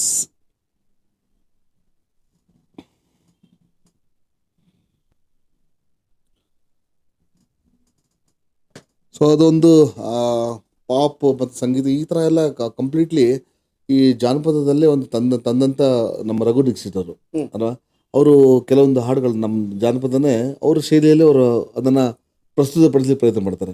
so ಅದ್ರ ಬಗ್ಗೆ ಏನು ಹೇಳಕ್ಕೆ ಇಷ್ಟಪಡ್ತೀನಿ ಸರ್? ನನಗೇನಂತಂದ್ರೆ ರಘು ದೀಕ್ಷಿತರು ಮಾಡಿರ್ತಕ್ಕಂಥ ಟ್ಯೂನ್ಗಳಿಗೆ ಜನ ಅಕ್ಸೆಪ್ಟ್ ಮಾಡಿದ್ದಾರೆ, ಅವ್ರಿಗೆ ಅಭಿಮಾನಿಗಳು ಜಾಸ್ತಿ ಆಗಿದ್ದಾರೆ ಅನ್ನೋದು ಬಿಟ್ರೆ TRP ಅಂತ ಹೇಳ್ಬೋದು. TRP ಅದರಿಂದ ಜನಪದಕ್ಕೆ ಏನು ಉಪಯೋಗ ಸಿಕ್ಕಿಲ್ಲ ಅಲ್ವಾ? ನಾನು ನೇರವಾಗಿ ಹೇಳ್ತೀನಿ. ಯಾಕಂದ್ರೆ Raghu Dixit popular singer original ಟ್ಯೂನ್ಗಳೆಲ್ಲ ಹಾಡಬೇಕು. ಹೌದು, ಅವ್ರದೇ ಒರಿಜಿನಲ್ ಟ್ಯೂನ್ ಇಟ್ಕೊಳ್ಳಿ ನೀವು. ಒರಿಜಿನಲ್ ಟ್ಯೂನ್ ಅನ್ನ ಇಟ್ಕೊಂಡು ಅದಕ್ಕೆ ಬೇಕಾದ್ರೆ ನೀವು ಪಾಪ್ ಅಥವಾ ರಾಕ್ ಮ್ಯೂಸಿಕ್ ಅನ್ನ ಮಿಕ್ಸ್ ಮಾಡಿ. ಈಗ ನಾನು ಕೂಡ ನಿನ್ನ ಪೂಜೆಗೆ ಬಂದೆ ಮಹದೇಶ್ವರ, ಅದು ಒರಿಜಿನಲ್ ಇತ್ತು. ಹೌದು, ಅದು ಪಾಪ್ಯುಲರ್ ಅಲ್ಲ, ಅದು ಅವರೇ ಬರೆದಂತದ್ದು, ಬರೆದು ಕಂಪೋಸ್ ಮಾಡಿ ಚೆನ್ನಾಗಾಯ್ತು, ಅದು ಚೆನ್ನಾಗಾಯ್ತು. ಆದ್ರೆ ಜನಪದ ಗೀತೆಗಳು ಅಥವಾ ತತ್ವಪದಗಳನ್ನ ಅವರು ಆ ತರದ ಮಾಡ್ಬಿಟ್ಟಾಗ ಸ್ವಂತ ರಚನೆ ಮಾಡಿದ್ರೆ ಅದು ಚೆನ್ನಾಗಿರುತ್ತೆ ಅಲ್ವಾ? ನಾನು ಹೇಳೋದೇನಂದ್ರೆ ಅವರು ಜನಪದ ಗೀತೆಗಳನ್ನ ಮೂಲ ದಾಟಿ ಧಕ್ಕೆ ತರಬೇಡಿ. ಹೌದು, ಮಿಕ್ಸ್ ಮಾಡಿ, ನೀವು ವಾದ್ಯಗಳನ್ನು ಮಿಕ್ಸ್ ಮಾಡಿ ಚಂದಾಗಿ ಹಾಡಿ, ನೀವು ಅದನ್ನ ವೈಭವೀಕರಿಸಿ. ಯಾಕಂದ್ರೆ ಇವತ್ತವರೆಗೂ ತಾವು ದಾಟಿ ಚೇಂಜ್ ಮಾಡಿಲ್ಲ. ಹೌದು ಅಲ್ವಾ? ಅದನ್ನ ಕಾಪಾಡ್ಕೊಂಡು ಬಂದಿದ್ದೀವಿ. ಅದು ಕಾಪಾಡ್ಲೇಬೇಕು ಸರ್. ಯಾಕೆ ಅಂತಂದ್ರೆ ಅದ್ರ ಶಕ್ತಿನೇ ಆಗಿದೆ ಅಲ್ವಾ? ಅದಕ್ಕೆ ನಾವು ಹೋಗ್ಬಿಟ್ಟು ಏನಾದ್ರು ನಾವು ಬೇರೆ ತರದ ಟ್ಯೂನ್ಗಳನ್ನ ಹಾಕಿ ಮಾಡ್ಬಿಟ್ಟು ಅಂತಂದ್ರೆ ಅದಕ್ಕೆ ಧಕ್ಕೆ ಆಗ್ಬಿಡುತ್ತೆ. ನಮ್ಮ ಮುಂದಿನ ಪೀಳಿಗೆಗೆ ಹಿಂದಿನ ನಮ್ಮ ಇತಿಹಾಸವನ್ನ, ನಮ್ಮ ಮೂಲ ಪರಂಪರೆಯನ್ನ, ಮೂಲ ಗಾಯನ ಪರಂಪರೆ ಇತ್ತಲ್ಲ, ಅದರ ಧಾಟಿಗಳನ್ನ ಕಾಪಾಡ್ಕೋಬೇಕಾದಂತ ಅನಿವಾರ್ಯತೆ ನಮಗಿದೆ. ಖಂಡಿತ ಖಂಡಿತ ಖಂಡಿತ. ಅನಿವಾರ್ಯತೆಗಿಂತ ಜವಾಬ್ದಾರಿ ಇದೆ. ಹೌದು, ನಮ್ಮೇಲೆ ರೆಸ್ಪಾನ್ಸಿಬಿಲಿಟಿ ಇದೆ. ನಮ್ಮ ಜವಾಬ್ದಾರಿ ಯಾಕಂದ್ರೆ ಆಗ ಬಳಸ್ಬಿಟ್ಟು ಹೋಗೋಕಲ್ಲ. ಆಗಲ್ಲ, ಖಂಡಿತ ಆಗಲ್ಲ, ಮಾಡಬಾರ್ದು. ಅದು ಅಪಹಾಸ ಆಗುತ್ತೆ ಖಂಡಿತ ಅಲ್ವಾ?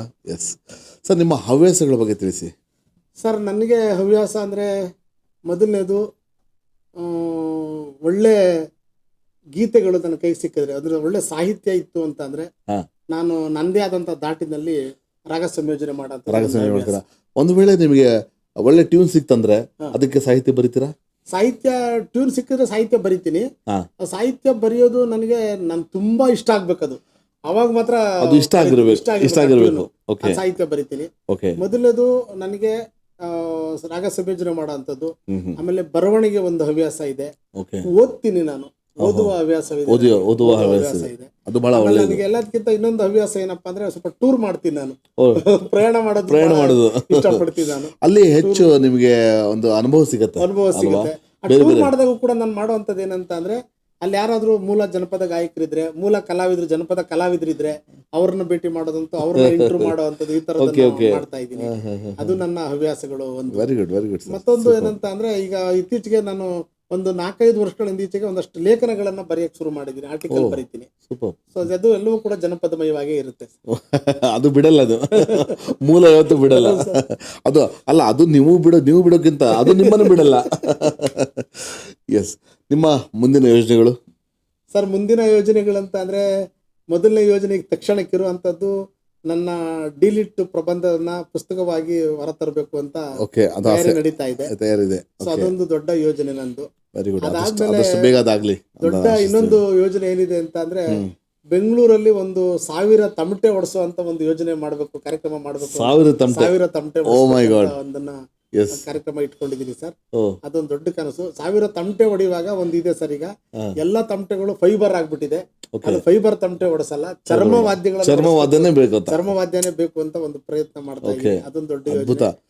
ಆಮೇಲೆ ಇನ್ನೊಂದು ಎರಡು ಕಣ್ಣು ಸಾಲದು ಎರಡು ಕಣ್ಣು ಸಾಲದು, ಎರಡು ಕಿವಿ ಎರಡು ಕಿವಿ ಕೇಳ. ಹೌದು. ಕೇಳಕ್ಕೆ ಸಾಧ್ಯ ಅಲ್ಲ, ಇಲ್ಲ. ಎಲ್ಲಿ ಮಾಡ್ಬೇಕಂತ ಪ್ಲಾನ್ ಇದೆ ಸರ್? ಈಗ ಪ್ಲಾನ್ ಇದೆ ನನಗೆ.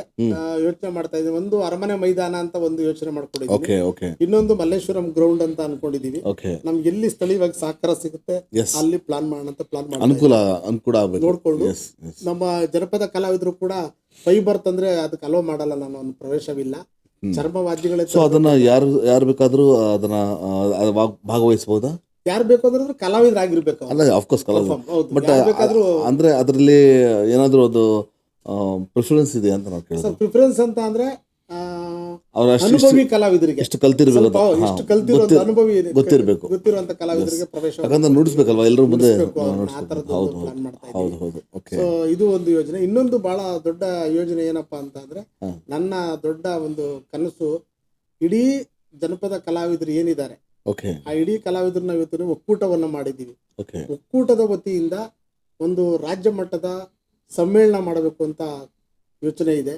ಓಕೆ. ಅದಕ್ಕೆ ಒಂದಷ್ಟು ಜನರ ಹಿರಿಯರ ಮಾರ್ಗದರ್ಶನದಲ್ಲಿ ಅದನ್ನ ಸಂಯೋಜನೆಗೊಳಿಸಬೇಕು ಅಂತ ದೊಡ್ಡ ಕನಸನ್ನ ಕಟ್ಕೊಂಡಿದೀವಿ. ಓಕೆ. ನಮ್ಮ ಒಕ್ಕೂಟದ ವತಿಯಿಂದ ಈವರೆಗೂ 2 ಸಮ್ಮೇಳನವನ್ನ ಮಾಡಿದೀವಿ. ಇದು 3ನೇ ಸಮ್ಮೇಳನ ಮಾಡಬೇಕು ಅಂತ ಒಂದು ದೊಡ್ಡ ಕನಸನ್ನ ಕಟ್ಕೊಂಡು ಆಲೋಚನೆ ಮಾಡ್ತಾ ಇದ್ದೀವಿ. ಇದು ನನ್ನ ಮುಂದಿನ ಯೋಜನೆಗಳು. ವಾವ್, ಅದ್ಭುತ ಸರ್, ಅದ್ಭುತ. ನಿಮ್ಮ ಯೋಜನೆ ಸಕ್ಸಸ್ ಆಗಲಿ. ಅದು ಯಾವತ್ತಿಗೂ ನಿಮ್ಮ ಅದು ನೀವು ಅದರ ಬೆನ್ನ ಹಿಂದೆ ಹತ್ಕೊಂಡು ಮಾಡ್ತಾ ಇದ್ದೀರಾ. ಸೊ ಅದಕ್ಕೆ ಸಹಕಾರ ಪ್ರತಿಯೊಬ್ಬರು ಕೊಡಲಿ ಅಂತ ನಾನು ಆಶಿಸ್ತೀನಿ. ಸೊ ನಿಮಗೆ ಯಾವತ್ತಿಗೂ ಮರೆಯಲಾದ ಒಂದು ಮಧುರ ಕ್ಷಣ ಯಾವುದು ಸರ್? ಸರ್, ನನಗೆ ಬಹಳ ಮಧುರವಾದಂತ ಕ್ಷಣ, ನೆನಪಲ್ಲಿ ಉಳಿಯುವಂತ ಕ್ಷಣ ಅಂತ ನಾನು ಹೇಳಿ ಸರ್. 1.5 ಲಕ್ಷ ಜನರ ಮುಂದೆ ತಾವು ಪರ್ಫಾರ್ಮ್ ಮಾಡಿದ್ದ? ಹೌದು ನೋಡಿ, ಕರೆಕ್ಟಾಗಿ ಹೇಳಿದ್ನಾ ಸರ್? ನನಗೆ ಆ ತರದ 2 ಸಂದರ್ಭ ಬರುತ್ತೆ. ಒಂದು ಅಲ್ಲಿ ಮಾಡಿದಂತದ್ದು, ಇನ್ನೊಂದು ರವಿಶಂಕರ್ ಗುರುಜಿ ಆಶ್ರಮದಲ್ಲಿ ಆರ್ಟ್ ಆಫ್ ಲಿವಿಂಗ್ ಅಲ್ಲಿ 1.5 ಲಕ್ಷ ಜನ ಪ್ರೇಕ್ಷಕರು. ಅಲ್ಲೂ ಕೂಡ ಗುರುಜಿ 1.5 ಲಕ್ಷ ಜನ ಪ್ರೇಕ್ಷಕರು. ಅಲ್ಲಿ ನಾನು ಇದೇ ಗುರುವೇ ನಿನ್ನ ಆಟ ಬಲ್ಲವ್ರು ಯಾರು ಹಾಡಾಡ್ದಾಗ, ನಾನು ಹಾಡಾಡ್ದಾಗ ಅಲ್ಲಿ ನನಗೆ ವಾದ್ಯಗಾರ ಯಾರು ಕರ್ಕೊಂಡು ಹೋಗಿರ್ಲಿಲ್ಲ ಸರ್. ನಾನು ಓಪನ್ ಸ್ಟೇಜ್ ಅಲ್ಲಿ ಮಧ್ಯದಲ್ಲಿ ನಿಂತ್ಕೊಂಡು ಹಾಡ್ತಾ ಇದ್ದಾಗ ಅಷ್ಟೂ ಜನ ಆಡಿಯನ್ಸ್ ಅವರೇ ಕ್ಲಾಪ್ಸ್ ಹಾಕೊಂಡು ಆ ಗುರುವೇ ನಿನ್ನ ಆಟ ಬಲ್ಲವ್ರು ಪಲ್ಲವಿಯನ್ನ ಅವರು ನನ್ನ ಜೊತೆ ಹಾಡಿದ್ರಲ್ಲ ಸರ್. ಅದು ದೊಡ್ಡ ಜೊತೆಲೆ ಹಾಡಿದ್ರು. ಯಾಕಂದ್ರೆ ಗುರು ಅಲ್ಲಿ ಕೂತಿದ್ರಲ್ಲ ಸರ್, ರವಿಶಂಕರ್ ಗುರುಜಿ. ಅವರೆಲ್ಲರೂ ಬಂದಿದ್ರು ಡಿವೋಟೀಸ್ ಎಲ್ಲ ಅಲ್ಲಿ ಬಂದಿದ್ರು, ಗುರುಜಿ ಅವರ ಅನುಯಾಯಿಗಳು. ಅವ್ರಿಗೆ ಏನ್ ಖುಷಿ ಆಯ್ತು, ಸಂಗೀತ ಬಹಳ ಇಷ್ಟ. ನಾನು ಈ ಹಾಡು ಹಾಡಿದಾಗ ಅವರೆಲ್ಲರೂ ಒಕ್ಕೊರಲಿಂದ ಹಾಡಿದ್ರು ಸರ್. ಗ್ರೇಟ್ ಮೂಮೆಂಟ್ ಅಲ್ವಾ? ಸೂಪರ್. ಸೊ ಯುವ ಪೀಳಿಗೆಗೆ ಏನು ಸಂದೇಶ ಕೊಡೋಕೆ ಇಷ್ಟಪಡ್ತಾರೆ? ಯಾಕಂದ್ರೆ ಇವತ್ತಿನ ಯುವ ಪೀಳಿಗೆ ನೀವು ನೋಡ್ತಿದ್ದೀರಾ, ಯಾಕಂದ್ರೆ ನಾವು ಕಳೆದಂಥ ಬಾಲ್ಯ ಇಟ್ ಈಸ್ ಎಂಟೈರ್ಲಿ ಡಿಫ್ರೆಂಟ್ ಅಲ್ವಾ? ನಾನು ಯುವ ಪೀಳಿಗೆಗೆ ಏನನ್ನ ಹೇಳೋದಕ್ಕೆ ಇಷ್ಟಪಡ್ತೀನಿ ಅಂದ್ರೆ, ಇವತ್ತು ಎಲ್ಲ ಪ್ರತಿಯೊಬ್ಬ ಯುವಕರ ಕೈಲಿ ಮೊಬೈಲ್ ಇದೆ. ಮೊಬೈಲ್ ಅನ್ನ ಸದುಪಯೋಗನ ಮಾಡ್ಕೋಬಹುದು, ದುರುಪಯೋಗನ ಮಾಡ್ಕೋಬಹುದು. ಇತ್ತೀಚಿನ ದಿನಗಳಲ್ಲಿ ಹೆಚ್ಚು ಜನ ಯುವಕ ಯುವತಿಯರು ಮೊಬೈಲ್ ಅನ್ನ ಹೆಚ್ಚು ದುರುಪಯೋಗ ಮಾಡ್ಕೋತಾ ಇದ್ದಾರೆ ಅಂತ ಹೇಳೋದಕ್ಕೆ ಇಷ್ಟಪಡ್ತೀನಿ. ಸದುಪಯೋಗ ಮಾಡ್ಕೊಳ್ಳೋದಾದ್ರೆ ಮೊಬೈಲ್ ನಲ್ಲಿ ನೀವು ಯೂಟ್ಯೂಬ್ ಹೋದ್ರೆ ಒಳ್ಳೊಳ್ಳೆಯ ಜನಪದ ಗೀತೆಗಳನ್ನ ಕೇಳಕ್ ಅವಕಾಶ ಇದೆ ಅಲ್ವಾ? ಒಳ್ಳೊಳ್ಳೆಯ ಜನಪದ ಕಲಾ ಪ್ರಕಾರಗಳನ್ನ ನೋಡೋದಕ್ಕೆ ಅವಕಾಶ ಇದೆ. ಒಳ್ಳೊಳ್ಳೆಯ ಜನಪದ ಸ್ಟೋರಿಗಳನ್ನ ನೀವು ಅದರಲ್ಲಿ ಅಧ್ಯಯನ ಮಾಡಕ್ ಅವಕಾಶ ಇದೆ.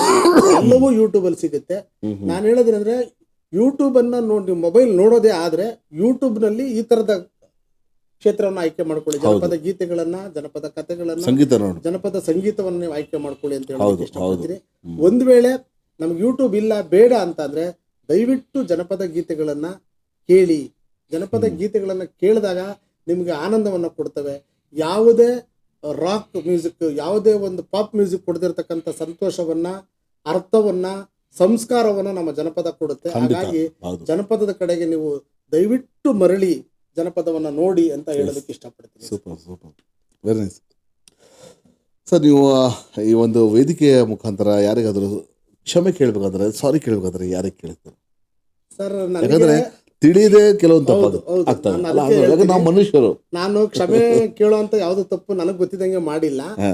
ಒಂದ್ ವೇಳೆ ನನ್ನ ಗಮನಕ್ಕೆ ಬರದೆ ಎಸ್, ಅದಾಗ್ಬೋದು. ದುಡುಕಿ ಅಂದ್ರೆ ಯಾವ್ದೋ ಸಂದರ್ಭದಲ್ಲಿ ದುಡುಕ್ಬಿಟ್ಟು ಎಸ್, ಯಾರಾದ್ರೂ ನನ್ನ ಸ್ನೇಹಿತರಿಗೆ, ನಮ್ಮ ಮುಖ್ಯವಾಗಿ ನಮ್ಮ ನೋವಾಗಿದ್ರೆ. ಜನಪದ ಕಲಾವಿದರಿಗೆ ನನ್ನ ಮಾತಿನಿಂದ ನಿಮ್ಗೇನಾದ್ರೂ ಹರ್ಟ್ ಆಗಿದ್ರೆ ಎಸ್, ನಾನು ಹೃದಯಪೂರ್ವಕವಾಗಿ ಕ್ಷಮೆ ಕೇಳ್ತೀನಿ. Super, very nice. ಯಾಕಂದ್ರೆ ಕ್ಷಮೆ ಕೇಳಲಿಕ್ಕೆ ಥ್ಯಾಂಕ್ಸ್ ಯಾರಿಗೂ ಬೇಕಾದ್ರೆ ಹೇಳ್ಬೋದು, ಹೌದು. ಗ್ರಾಟಿಟ್ಯೂಡ್ ನಾವು ಯಾರಿಗೂ ತೋರಿಸ್ಬೋದು. ಬಟ್ ಕ್ಷಮೆ ಕೇಳಲಿಕ್ಕೆ ಗುಂಡಿಗೆ ಬೇಕು. ಖಂಡಿತ ಸರ್, ಅದು ಖಂಡಿತ ಸರ್. ಖುಷಿ ಆಯ್ತು ನನಗೆ. ಸೊ ಯಾರಿಗೋ ಥ್ಯಾಂಕ್ಸ್ ಹೇಳ್ಬೇಕಾದ್ರೆ ಯಾರಿಗೆ ಹೇಳ್ತೀರಾ? ಸರ್, ನನಗೆ ಥ್ಯಾಂಕ್ಸ್ ಅಂತ ಅಂದ್ರೆ ಮೊಟ್ಟ ಮೊದಲನೇದಾಗಿ ನಾನು ಪಡೆದಂತ ನನ್ನ ತಂದೆ ತಾಯಿಗೆ ಮೊದಲನೇದಾಗಿ ನಾನು ಥ್ಯಾಂಕ್ಸ್ ಹೇಳ್ತೀನಿ. ಯಾಕಂತಂದ್ರೆ Super. ನಾನು ಅವ್ರ ಮಗ ಆಗ್ದಿರ ಬೇರೆ ಅದ್ಭುತ ಅದ್ಭುತ ಅದ್ಭುತ ಅದ್ಭುತ. ನನ್ನ ತಂದೆ ತಾಯಿಗೆ ಥ್ಯಾಂಕ್ಸ್ ಹೇಳ್ತೀನಿ. ಎಸ್, ನನ್ನ ಬಾಲ್ಯದಿಂದ ಕಾಲೇಜು ಮಾಸ್ಟರ್ ಡಿಗ್ರಿವರೆಗೂ ನನಗೆ ಗುರುಗಳೇ. ಪಾಠ ಮಾಡಿದಂತ, ಸಂಸ್ಕಾರ ಕಲಿಸ್ಕೊಟ್ಟಂತ, ವಾಹ್. ಶಿಕ್ಷಣ ಕೊಟ್ಟಂತ ಗುರುಗಳಿಗೆ ನಾನು ಥ್ಯಾಂಕ್ಸ್ ಹೇಳ್ತೀನಿ. Wow wow.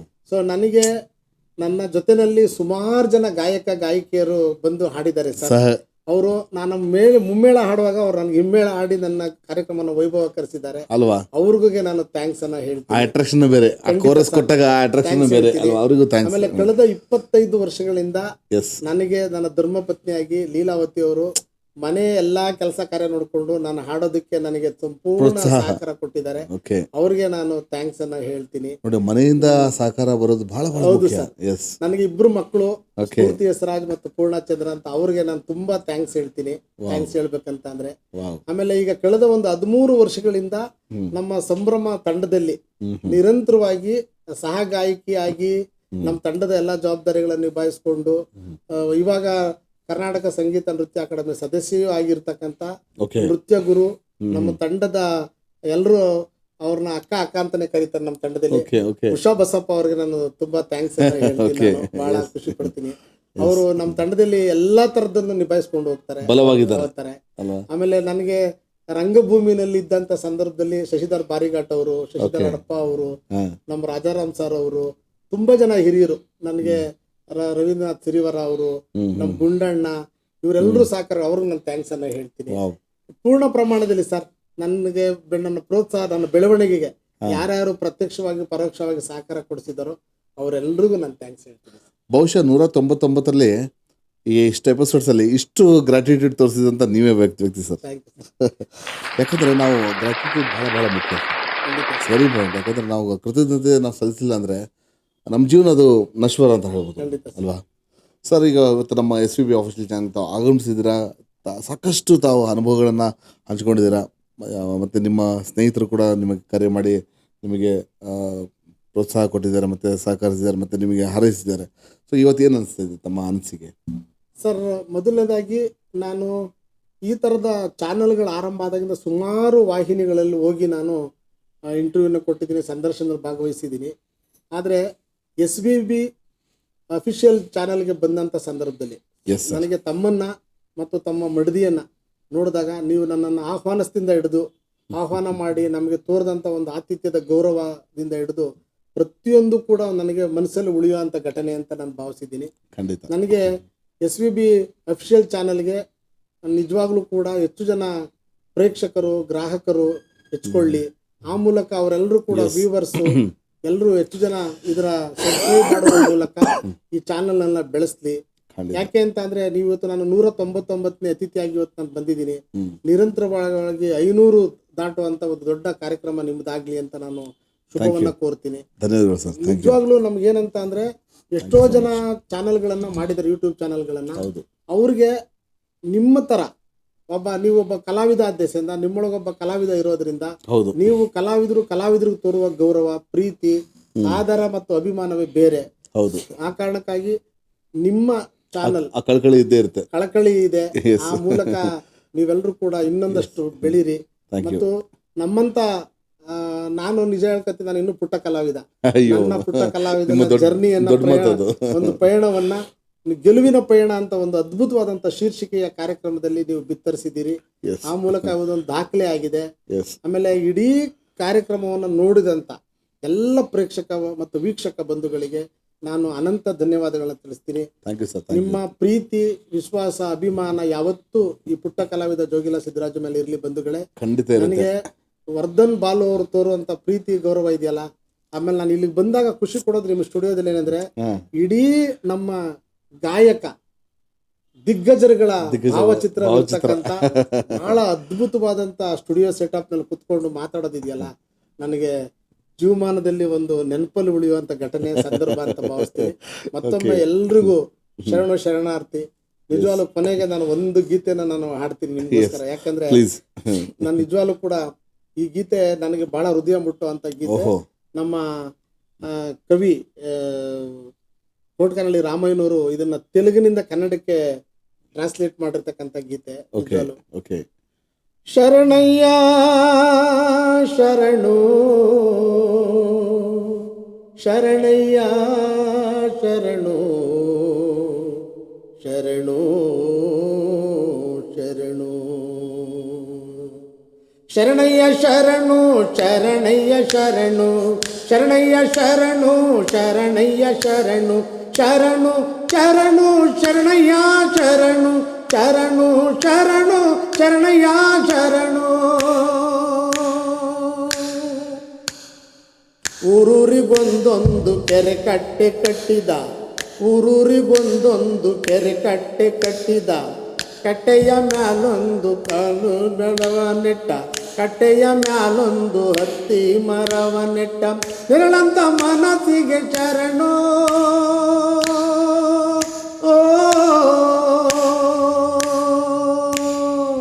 ನಿರಳಂತ ಮನಸ್ಸಿಗೆ ಶರಣು, ಅವರ ನಿರಳಂತ ಮನಸ್ಸಿಗೆ ಶರಣು. ಶರಣಯ್ಯ ಶರಣು ಶರಣಯ್ಯ ಶರಣು ಶರಣಯ್ಯ ಶರಣು ಶರಣಯ್ಯ ಶರಣು ಶರಣು ಶರಣು ಶರಣಯ್ಯ ಶರಣು ಶರಣು ಶರಣು ಶರಣಯ್ಯ ಶರಣು ಶರಣು ಶರಣು ಶರಣಯ್ಯ ಶರಣು ಶರಣು ಶರಣು. ಕೋಟಿ ಕೋಟಿ ಶರಣು ನಿಮಗೆ. ಭಾಳ ಅದ್ಭುತವಾಗಿ ಹಾಡಿದ್ದೀರ. ಆಮೇಲೆ ಇವತ್ತು ಆ್ಯಕ್ಚುಲಿ ತಾವು 4 ತಿಂಗಳದ ಮುಂಚೆ ಬಂದಿದ್ರೆ ಈ 199 ನಿಮ್ಗೆ ಆ ನಂಬರ್ ಸಿಗ್ತಿರ್ಲಿಲ್ಲ. ಏನಂತೀರಾ? ಹೌದು, ಖಂಡಿತ. ಎಲ್ಲ ಬರ್ದಿರುತ್ತೆ, ಎವ್ರಿಥಿಂಗ್ ಇಸ್ ಡಿಸೈಡೆಡ್. ಡೆಸ್ಟಿನಿ ಇರುತ್ತೆ ಅಲ್ವಾ? ಆ ಭಗವಂತನ ಈಶ್ವರದ ಒಂದು ನಿರ್ಧಾರ ಅಂತ ಹೇಳ್ಬೋದು ಅಲ್ವಾ? ಸೊ ಭಾಳ ಅದ್ಭುತವಾಗಿ ತಾವು ಅನುಭವನ ಹಂಚಿಕೊಂಡಿದ್ದಾರೆ. ನಿಮ್ಮೆಲ್ಲ ಮುಂದಿನ ಯೋಜನೆಗಳು ಶುಭವಾಗಲಿ, ನಿಮ್ಮ ಸಾಧನೆ ಇನ್ನೂ ಉನ್ನತ ಮಟ್ಟಕ್ಕೆ ಬೆಳೀಲಿ ಅಂತ ನಮ್ಮ SVB ಆಫೀಷಿಯಲ್ ಚಾನಲ್ ಮುಖಾಂತರ ನಾವು ಹಾರೈಸ್ತೀವಿ ನಿಮ್ಮನ್ನು. ಸೊ ಇಷ್ಟೊತ್ತು ಶ್ರೀ ಡಾಕ್ಟರ್ ಜೋಗಿಲ ಸಿದ್ದರಾಜು ಅಂತಾರಾಷ್ಟ್ರೀಯ ಜಾನಪದ ಗಾಯಕರು, ಸಂಗೀತ ನಿರ್ದೇಶಕರು, ಸಂಘಟಕರು, ಜಾನಪದ ಪ್ರಚಾರಕರು ಕೂಡ, ಮತ್ತು ಜೊತೆಗೆ ಜಾನಪದ ವಿದ್ವಾಂಸರು. ಅವರು ನಮ್ಮ SVB ಆಫೀಷಿಯಲ್ ಚಾನಲ್ನ ಗೆಲುವಿನ ಪಯಣ ಕಾರ್ಯಕ್ರಮದಲ್ಲಿ ಅವರು ಭಾಗವಹಿಸಿದ್ದಕ್ಕೆ ಅವ್ರಿಗೆ ಅನಂತ ಧನ್ಯವಾದ ಇಷ್ಟಪಡ್ತೀನಿ. ಮತ್ತು ಅವ್ರ ಜೊತೆಗೆ ಎಲ್ಲ ವೀಕ್ಷಕರು ಕೂಡ ನಾನು ಥ್ಯಾಂಕ್ಸ್ ಹೇಳಕ್ಕೆ ಇಷ್ಟಪಡ್ತೀನಿ. ಮತ್ತು ಅವರಿಗೆ ನಮ್ಮ SVB ಆಫೀಷಿಯಲ್ ಚಾನಲ್ನಿಂದ ನಾವು ಸನ್ಮಾನ ಮಾಡೋಕ್ಕೆ ಇಷ್ಟಪಡ್ತೀವಿ. ಎಸ್ ನೋಡಿ, ಆ್ಯಕ್ಚುಲಿ ಹೇಳಬೇಕಂದ್ರೆ ವೀಕ್ಷಕರೇ, ಅವರಿಗೆ ಪ್ರತಿಯೊಂದು ಈಸಿಲಿ ಸಿಕ್ತು. ಬಟ್ ಆದರೂ ಸಹ ಅದರ ಇಂಪಾರ್ಟೆನ್ಸ್ ಅವ್ರು ಇಟ್ಕೊಳ್ತಾರೆ ಬಂದರು. ಆ ಬುನಾದಿನ ಭಾಳ ಅದ್ಭುತವಾಗಿ ಅವರು ಹಾಕಿದ್ದಾರೆ. ಸೊ ಈ ಒಂದು ಕಲೆ ಶಾಶ್ವತವಾಗಿ ಇನ್ನಷ್ಟು ಸಾಕಷ್ಟು ಕಲಾವಿದರಿಗೆ ಅವರು ನೆರವಾಗಲಿ ಅಂತ ನಾನು ಆಶಿಸ್ತೇನೆ. ಸೊ ನಮಗೆ ನಮ್ಮ ಚಾನಲ್ಗೆ ಸಹಕಾರ ನೀಡಿದಂತಹ ಮಹೇಂದ್ರ ಮನ್ನತ್ ಅವ್ರಿಗೆ ಥ್ಯಾಂಕ್ಸ್ ಹೇಳಕ್ಕೆ ಇಷ್ಟಪಡ್ತೀನಿ. ನಮಗೆ ನೆನಪಿನ ಕಾಣಿಕೆ ನೀಡಿದಂಥ ಮಹೇಂದ್ರ ಮನ್ನತ್ ಅವ್ರಿಗೆ ಥ್ಯಾಂಕ್ಸ್ ಹೇಳಕ್ಕೆ ಇಷ್ಟಪಡ್ತೀನಿ. ಮತ್ತು ಸವಿತಾ ಅವ್ರಿಗೂ ಕೂಡ ಥ್ಯಾಂಕ್ಸ್ ಹೇಳಕ್ಕೆ ಇಷ್ಟಪಡ್ತೀನಿ. Thank you so much for supporting us. And Achyut Kulkarni ಅವ್ರಿಗೂ ಕೂಡ ನಾನು ಥ್ಯಾಂಕ್ಸ್ ಹೇಳಕ್ಕೆ ಇಷ್ಟಪಡ್ತೀನಿ. Thank you so much for supporting for our channel. Thank you so much. Jai Hind, Jai Karnataka. ನಾಳೆ ಮತ್ತೆ ಸಿಗೋಣ ಹೊಸ ಸಾಧಕರೊಂದಿಗೆ. ನಾಳೆ 200ನೆಯ ಒಂದು ಸ್ಪೆಷಲ್ ಎಪಿಸೋಡ್ ಇರುತ್ತೆ. ಎಸ್, ಡೆಫಿನೆಟ್ಲಿ ನೀವು ಕಾದು ನೋಡಬೇಕು ಯಾರು ಅಂತ. ಸೊ 200th ಎಪಿಸೋಡ್ ಡೆಫಿನೆಟ್ಲಿ ಅವರು ಒಬ್ಬ ದೊಡ್ಡ ಸಾಧಕರೇ. ಮತ್ತು ಒಂದು ಹಿಂಟ್ ಹೇಳೋಕ್ಕೆ ಇಷ್ಟಪಡ್ತೀನಿ, ಅವರೊಬ್ಬ ದೊಡ್ಡ ಗಾಯಕರು. ಸೊ ಆ ಗಾಯಕರನ್ನ ನಾವು ಪರಿಚಯಿಸುವಂಥ ಒಂದು ಪ್ರಯತ್ನ ಮಾಡ್ತಾಯಿದ್ವಿ. ಪ್ರತಿದಿನ ಒಬ್ಬೊಬ್ಬರ ಸಾಧಕರನ್ನ ನಾವು ಪರಿಚಯಿಸುವಂಥ ಪ್ರಯತ್ನ ಮಾಡ್ತಾಯಿದ್ವಿ. ಆ ಪ್ರಯತ್ನಕ್ಕೆ ನಿಮ್ಮ ಎಲ್ಲ ಸಹಕಾರ ಇದ್ದಿದ್ದಕ್ಕೆ ಅದು ಸಾಧ್ಯವಾಗ್ತಿದೆ. Thank you so much. ನಮ್ಮ ಚಾನಲ್ನ ಸಬ್ಸ್ಕ್ರೈಬ್ ಮಾಡಿ, ಲೈಕ್ ಮಾಡಿ ಮತ್ತು ಶೇರ್ ಮಾಡಿ. ಜೈ ಹಿಂದ್, ಜೈ ಕರ್ನಾಟಕ. ಸರ್ವೇ ಜನ ಸೃಜನೋ ಮತ್ತು ಸರ್ವೇ ಸೃಜನೋ ಸುಖಿನೋ ಭವಂತು. God bless you all.